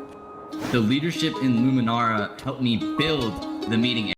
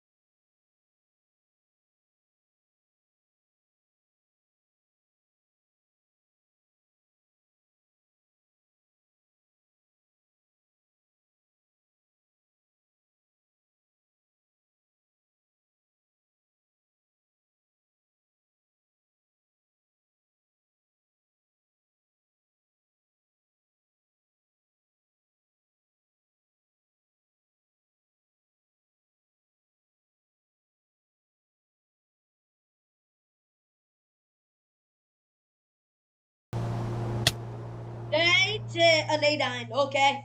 Okay, that's not end yet. Not end yet. We good. I'm going so sad this end. Yesterday, Saps had spent the day getting brought into meetings with the most important people on Island 1, and he didn't really know what to make of this. In one sense, he was incredibly lucky to finally have some support. But he also questioned how real this support is and who he can really trust. See, Saps knew that the Covenant generally did not like the people of Island 2.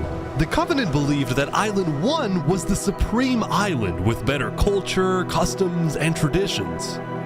They were also known to be ruthless, having massacred the entire Lingolini Mafia. It's why Saps was suspicious of Turntap's offer to continue protecting him, especially after he ran away. But Saps knew he needed powerful allies as world tensions were ramping up. Oh yeah. When Spoon invaded the Commonwealth yesterday, he got a lot of criticism, mostly from his own neighbors who were blindsided by the move. Spoon could have dragged all my people into war. Elysium is a nation of peace. Like that, any hope for a Big Four alliance was basically dead, especially since the other nations were now dealing with problems of their own. Oh. Earlier yesterday, Queen Sinica had found out that Elysium's newspaper, Daybreak Media, had somehow found out that she had directed the Covenant to kill Lingolini. This is why Sinica was so quiet yesterday during the Island 1 snow meeting. She knew this story would be coming out, and she was trying to figure out how she would respond. And on day 9, she made her decision. To dissuade people from invading Infernus, she would show strength by doubling down and hold a joint ceremony with the Covenant, parading around Lingolini's head.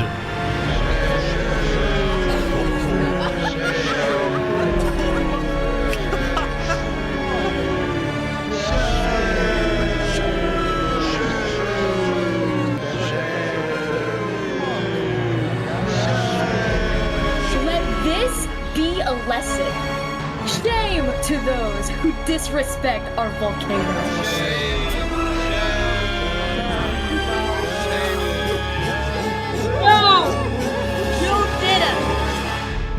Meanwhile, on the evil other little side of the rat. island, the Blue You Cross did was it. hosting a meeting. Evil little I'm getting bill. word that Infernus is having a ceremony to burn the head of Mario. If I can't get his head back, then it's war. I will put my hands around each and every one.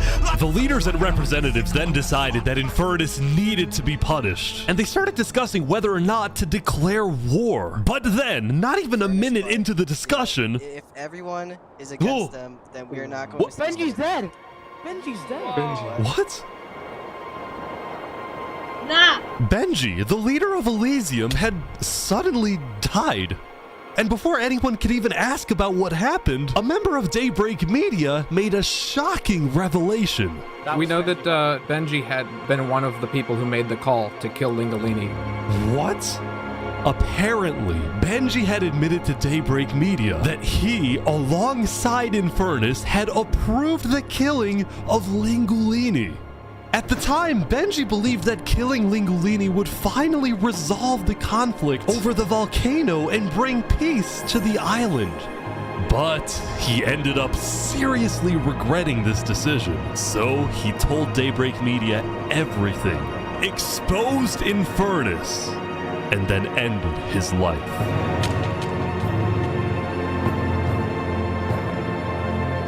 Now, because Benji had repented, the Blue Cross Conference decided not to punish Elysium, and instead focused on Infernus. I don't know about war. Maybe a trial? Give Infernus a chance to tell their side. Flux was representing Luminara at the meeting, and the leaders actually agreed with his idea. So later today, there would be a trial against the entire nation of Infernus. Now, when the meeting came to an end, Flux was approached by a few guards from Tricolor. Alright, look. We know about the assassinations, alright? What assassinations? You're under arrest. You're coming to Tricolor. You're gonna have a fair trial. Just come with us. What are you talking about? Tricolor had issued an arrest warrant for Flux after they obtained incriminating video evidence from a citizen of the Cass Coalition. Being possibly responsible for the death of Joe Field in any capacity. What are you talking about? We know Seraphim was guilty of that. There are concerns that you may have been involved in other ways. If you believe yourself innocent, I believe that you are. I trust that you're innocent because you told me you were. But right now, the most important thing you can do is simply go to the trial and prove that you're correct, which I believe This you is are, an okay? outrage against Luminara. I cannot No. believe that you would accuse me of this. Now, the truth was, Tricolor wasn't necessarily convinced that Flux was guilty. They just wanted Flux to go to trial so that he could answer their questions about the videotape. Why didn't you not bring this up beforehand? So if you were guilty, run away. You're seriously scared that I'm going to run away from a trial. You agree after what happened with the Commonwealth, we could never be too careful about stuff like that. We're both Fine. not. Fine, I will go. But this is an outrage. All right, let's go. We're gonna remember. We will not stand for this. Flux is getting arrested by Tricolor.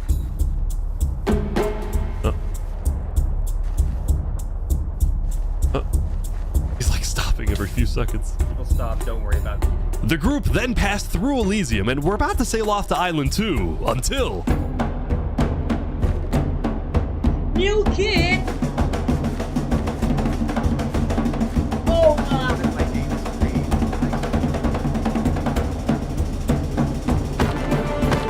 Oh, hey, what is this? What? Wait, Flux is getting away? It turned out Flux had secretly told a member of his own crew to come and attack him so that he could run away from his arrest without looking guilty.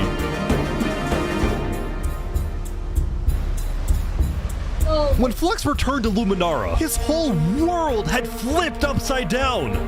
He believed he had covered all his tracks, that he had gotten away with everything. But for now, he had to remain calm and decide on his next move. Legacy. Yeah? We've just been informed that you have ties to the Covenant, and they're working with Saps the Traitor. So the problem is, we're afraid you're a national security threat. You have two choices right now. You either drop out of the election this instant, or we can do this the hard way. Oh, that's tough. Interesting. By forcing Legacy to drop out of the election, Flux had automatically become the leader of Luminara. Which means if Tricolor still wanted to arrest him, they wouldn't be able to just walk ahead and take him. They would have to invade Luminara itself.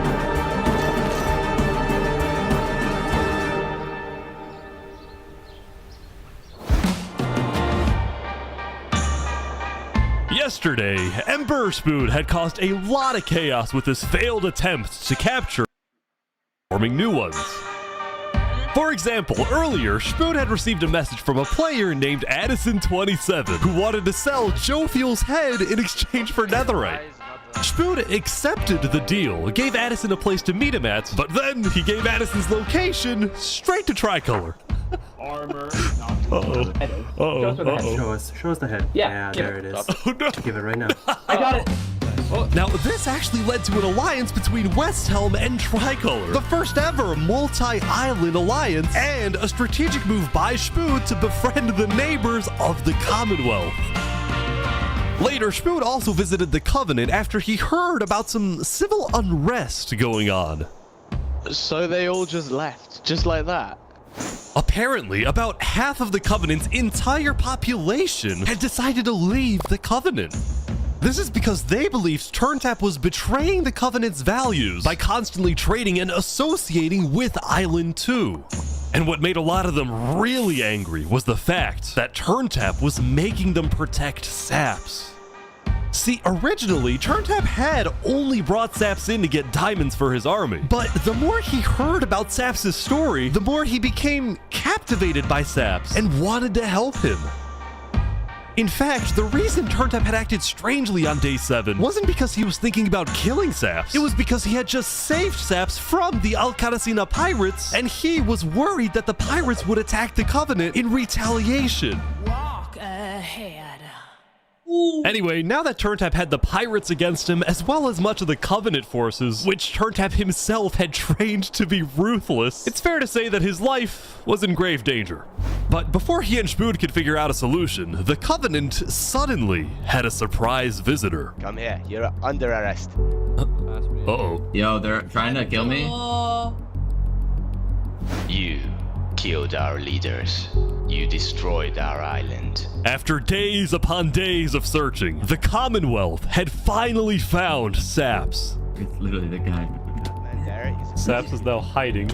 This player, Zekor, was now the main diplomat of the Commonwealth, and he knew that this was his opportunity to finally kill Saps. The last thing he needed to do was to convince Spood to hand Saps over. Spood, come here. Please, let's have a talk. Let's have a chat. Are you a friend of this criminal behind you? Alright, could you guys come inside? Oh boy. Here we go. We can put all of our fighting behind us. I propose a trade. You give me Saparada, and the Commonwealth gives you Knight Arcturus.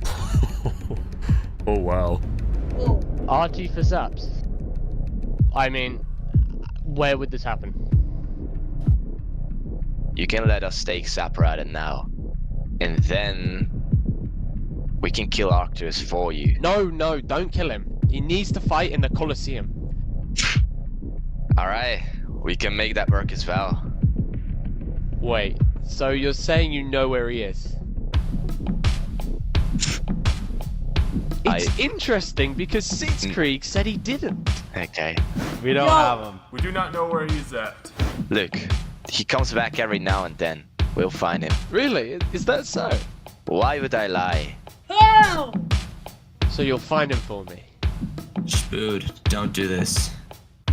Look, Spood, I have to be honest. I am shocked that you're defending this criminal.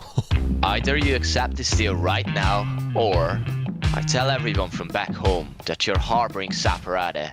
They'll all declare war on you, and this will be the end of Westhelm.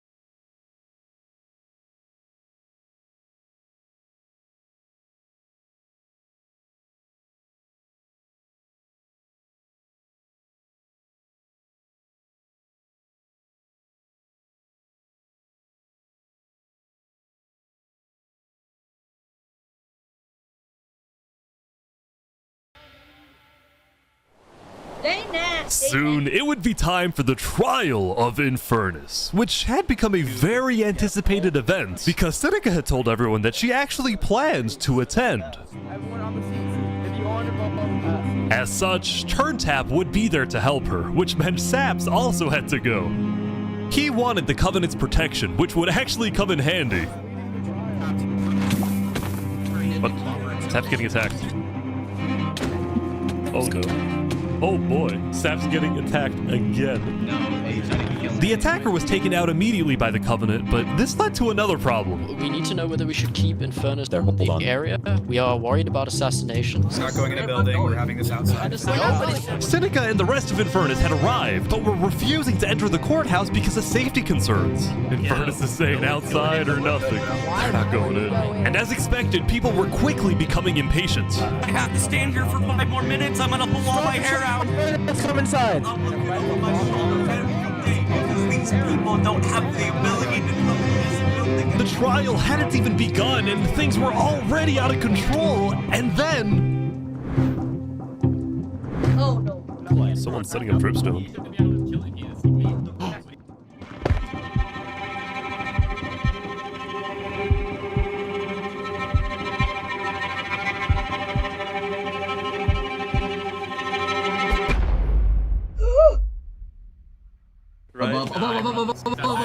Oh!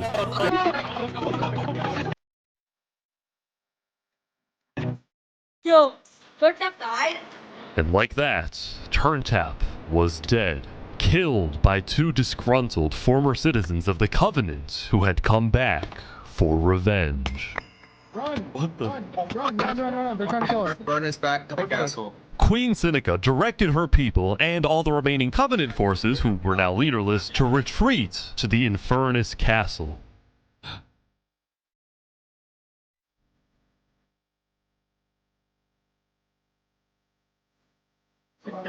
Both Infernus and the Covenant were eventually found guilty of murdering the Lingolini Mafia. But now that Seneca had adopted the entire Covenant army with all of its netherite weaponry, it would be impossible to try and arrest anyone. Saps, meanwhile, was abandoned at the courthouse, so he ran all the way to Westhelm to Emperor Spood, who was apparently dealing with a new political crisis. It appeared that Spood had finally made the Commonwealth mad, because, according to a Westhelm spy, it looked like the Commonwealth was preparing to go to war.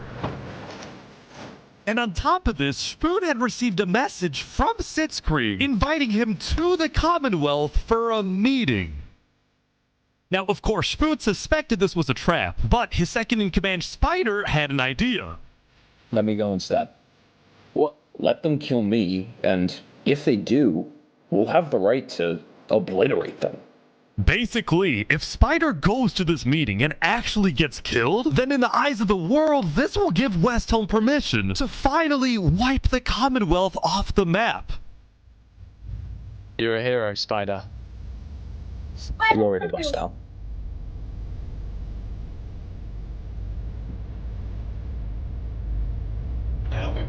Oh my god, really? These guys are all waiting for something to happen.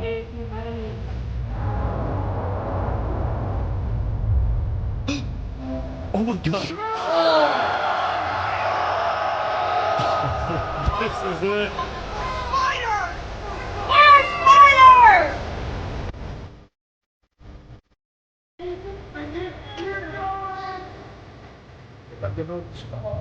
Oh my god. Upstairs! Find out! Wait, what? Where is everyone?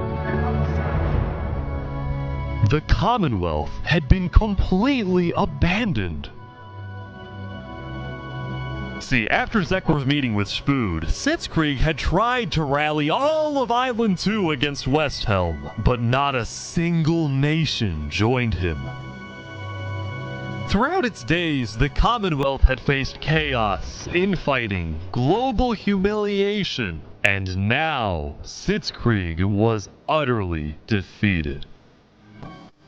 So, as a final jab against Westhelm, Sitzkrieg decided to kill Spider before dissolving the Commonwealth once and for all.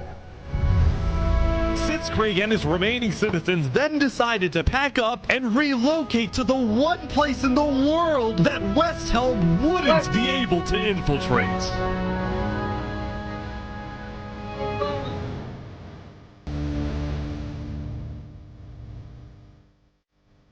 Good morning, guys. Welcome to Infernus. Thank you so much. There are so many people. Oh my God. Infernus is massive.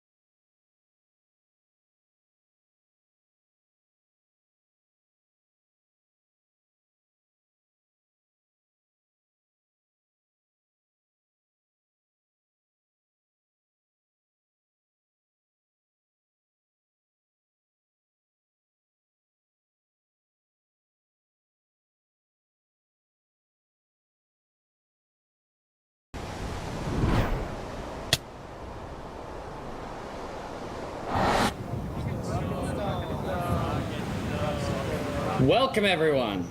Welcome. We gather here today because, well, we never got the opportunity to properly mourn our previous leader, Three Below. What's going on here? He was more than just a Luminaran, he was a friend, and I'm very much excited that we can continue his legacy and complete the bridge which he would have wanted.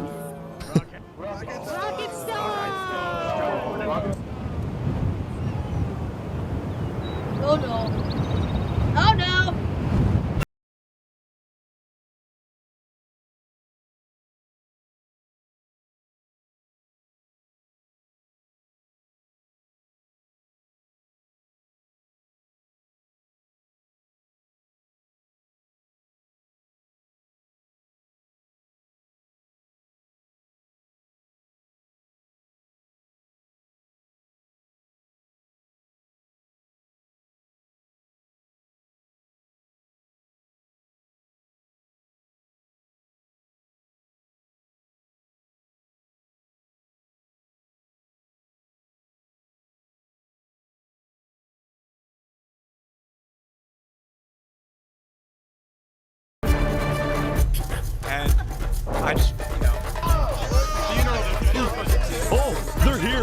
They're here. Oh, look.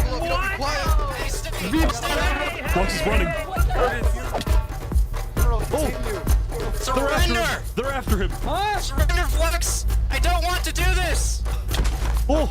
Okay, wait, surrender! Okay, surrender. Surrender. I'm not moving, I'm not moving. Stop. Flux, look, you are under the arrest, killing Jack.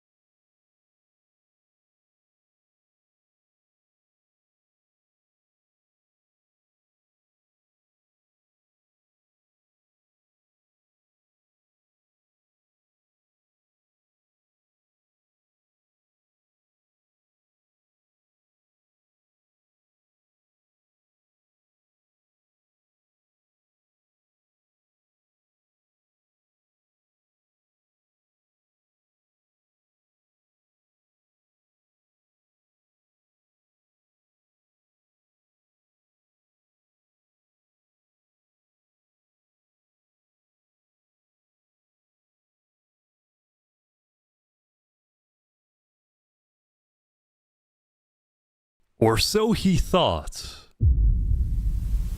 Oh. They make it alliance with Island 1! Right? I am so confused on what's happening right Oh my god! now. Oh my god! Oh my god. Oh my god! When Flux's trap went off, the rest of the world had a lot of questions. Was that in Numenera? That was Flux? Wait, Flux killed those people? Yeah. On day 10, word began to spread about what had happened. That was Flux's trap? Yeah, Flux built that trap. Which made people think, was Flux behind the murders of the Island 2 leaders after all? Dude, I think Flux was behind everything. Shaps was right. Suddenly, the world realized that Saps had been telling the truth.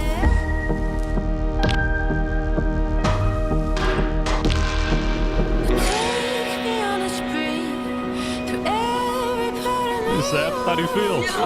Dude, finally, I'm so happy. For the first time since he had got into hiding, Saps had been vindicated, proven innocent, and the world was finally on his side.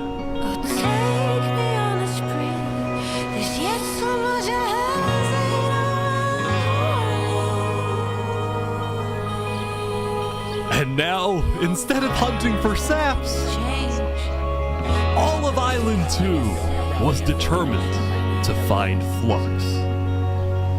Bro, that was Yeah. This is what happens when people want trials. We should have just started killing him. I don't know why anyone stopped in the first place. I would have been the bad guy if I killed him right then and there with everyone yelling, trial, trial. But the search for Flux didn't take long. Someone just saw Flux going up the volcano. Oh, you're kidding. Okay. Queen Captain Sinica had offered Flux refuge at Infernus under the condition that he and his crew build deadly traps all around the volcano perimeter so that nobody can break in. But the rest of the world was unfazed. Yeah, they're gonna pay for what they did. Yep.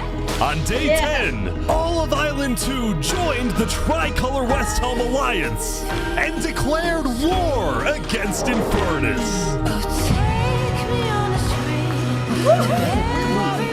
Alright. Today, we infiltrate the volcano for Spider and for Owo. And I just want to say, if I die today, I love you all. Glory to West Helm! Leguini! He was my brother! He was everyone's brother! And they took him from us! They took him! Flux got away with murdering so many of our people and our leaders. Today, we get justice for our entire island.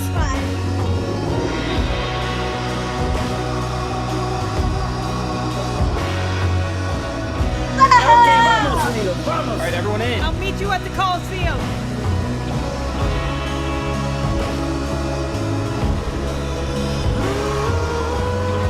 Let's go, let's go. Alright, let's go everyone.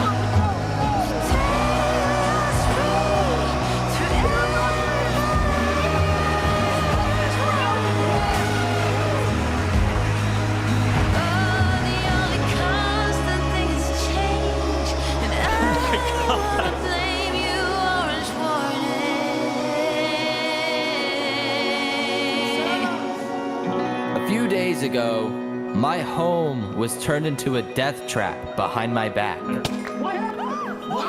I was framed and then forced to go through a rigged trial. Guilty on all counts. Yes!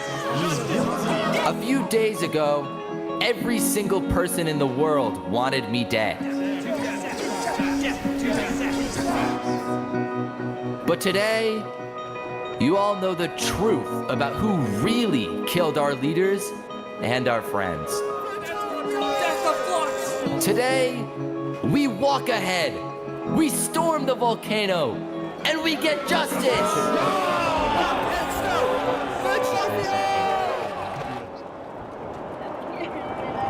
Thank you, Saps. This is so good! Alright, everyone, listen up! This is so good! There's a lot of things to watch out for. There's gonna be lava, boiling water, dripstone traps, their entire army. They have the height advantage and netherite armor, but we have numbers. So let's stick together and let's win this thing! Come on! Yeah! Alright,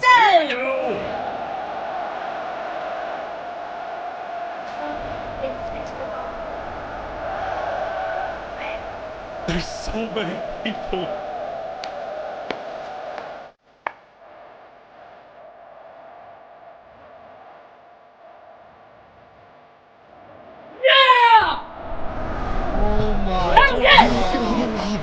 I think there might be a problem. It's okay. Hey, yo, Infamous!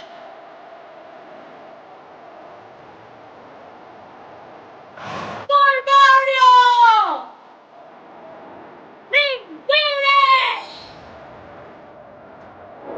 Finish!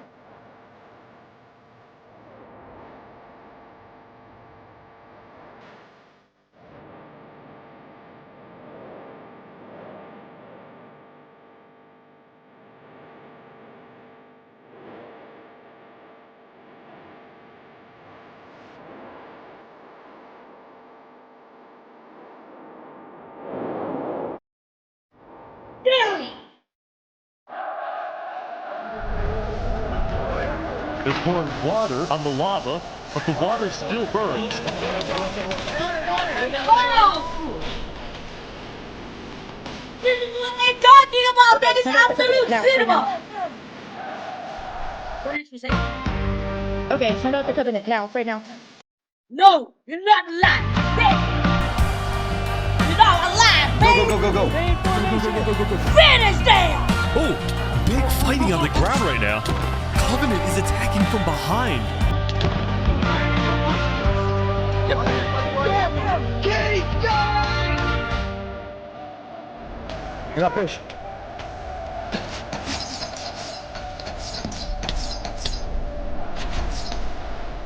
Oh, shield up, shield up! Shield up, shield up! Some areas, guys, they'll have some areas. It's just chaos on the ground as well. It's the Covenant. Surrender! Sit down off our mountain.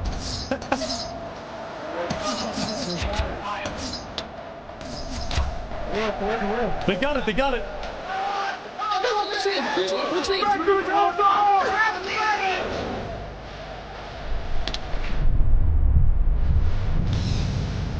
Woo! Break the bread. Hey! The final push, here we go. Oh, you hit him.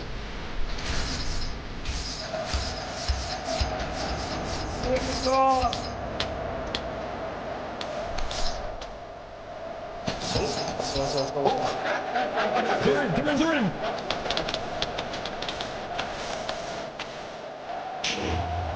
Oh my gosh! Holy! Look out for the hole! I'll jump in the hole with you guys. Let's throw away up!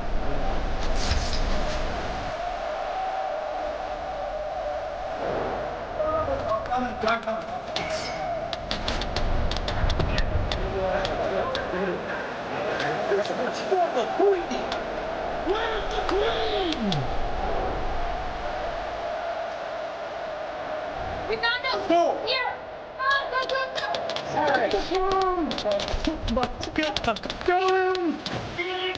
Goodbye! Woo! Shit! Go! What's happening? What's beyond, kill him!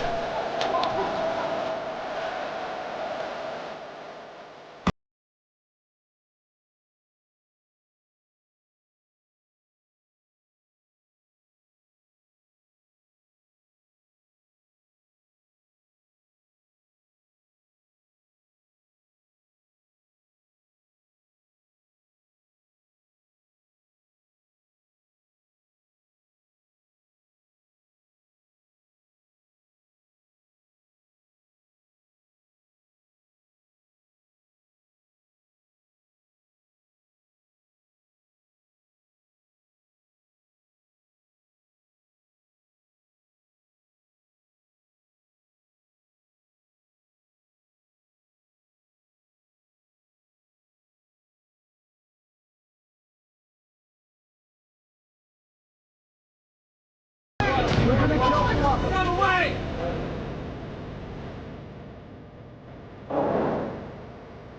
He's missing? Hold on.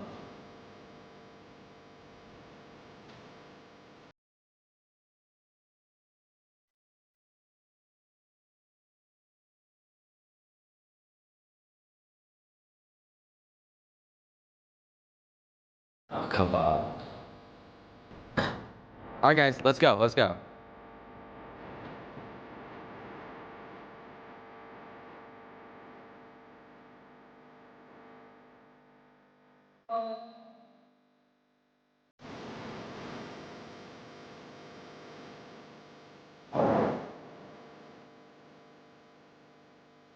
If I get a cut, What? No way.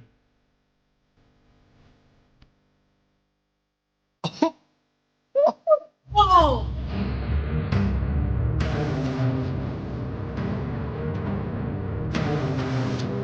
Wow, you actually showed up. Can't say no to a friend, can I? No! make this a fair fight, okay? Flux. Ridiculous. Look at all these people dying right now because of you. You know, Saps, none of this would have happened if you had died like you were supposed to. I'm sorry for everything you've had to go through.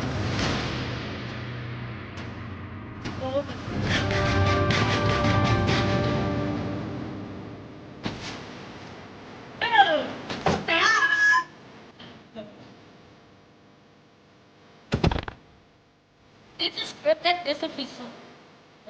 This is not scripted. I can't watch this.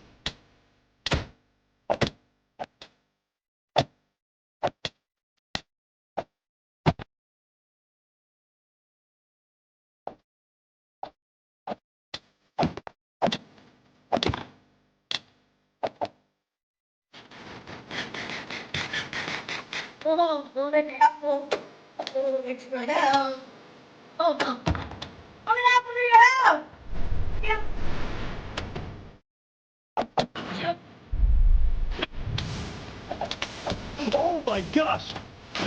He does not have time. Oh. He can't hold it out. Oh. What do you cannot hold it out?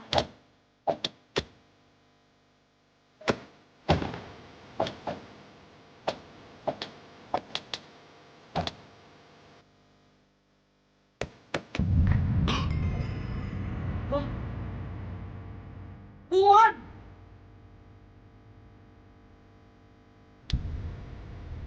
No!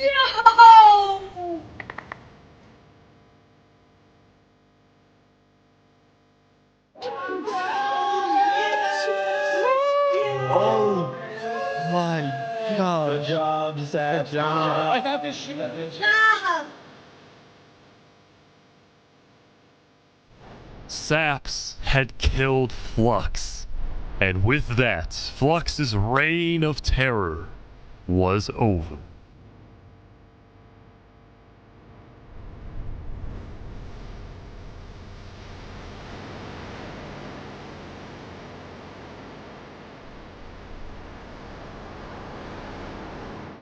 Yo.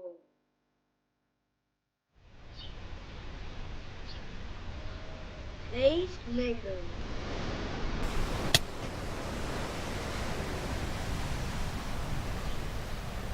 Today, we gather to honor the lives lost in the Battle of Infernus.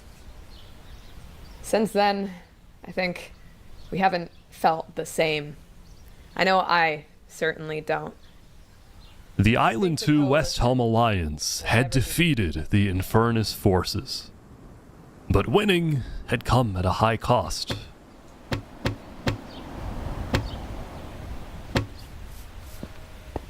After the war, people across the world took time to mourn their dead, reflect upon the battle, and then, eventually, decide how to move on.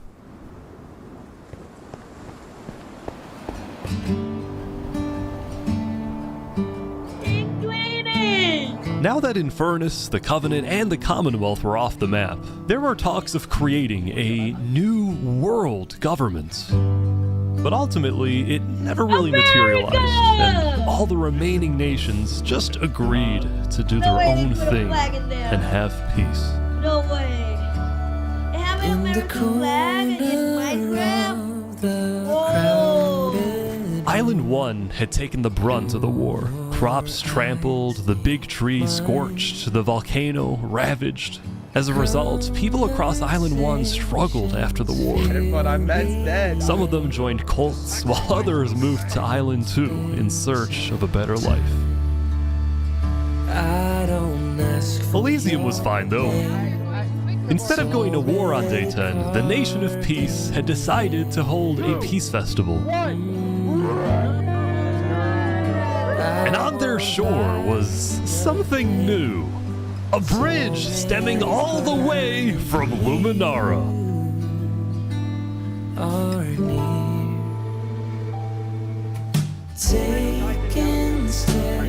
And so everybody lived on in peace, including Saps, who at long last had returned to Island 2. Am I strong enough? This brings back memories. Still, the world wasn't totally conflict-free. The Cask Coalition Bakery was yet to be exposed for causing the death of Wood Daddy. And Knight Arcturus was still in hiding, yet to be found by Westhelm. It's a big world, so it's not a surprise that many stories like these may just never end. But I think there's some beauty in that. Do we all so slowly lose control as emotions overflow? Yeah, we still have some work to do. We will catch that traitor. But tonight you can rest. You've made your emperor very proud. Jury, you have heard all of the evidence. If you find Thomas 5200 guilty of aiding Fluxion with his reign of terror, jump now. Thomas, may you find mercy in the end, senor.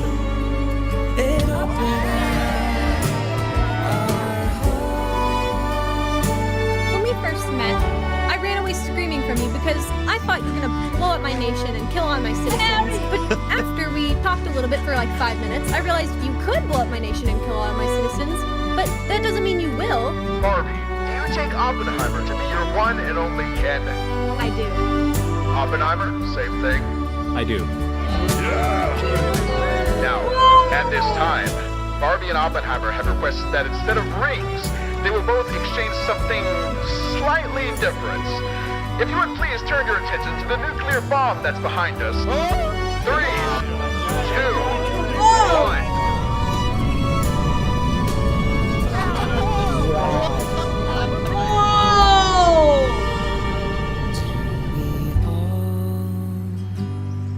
How do you feel this in Minecraft?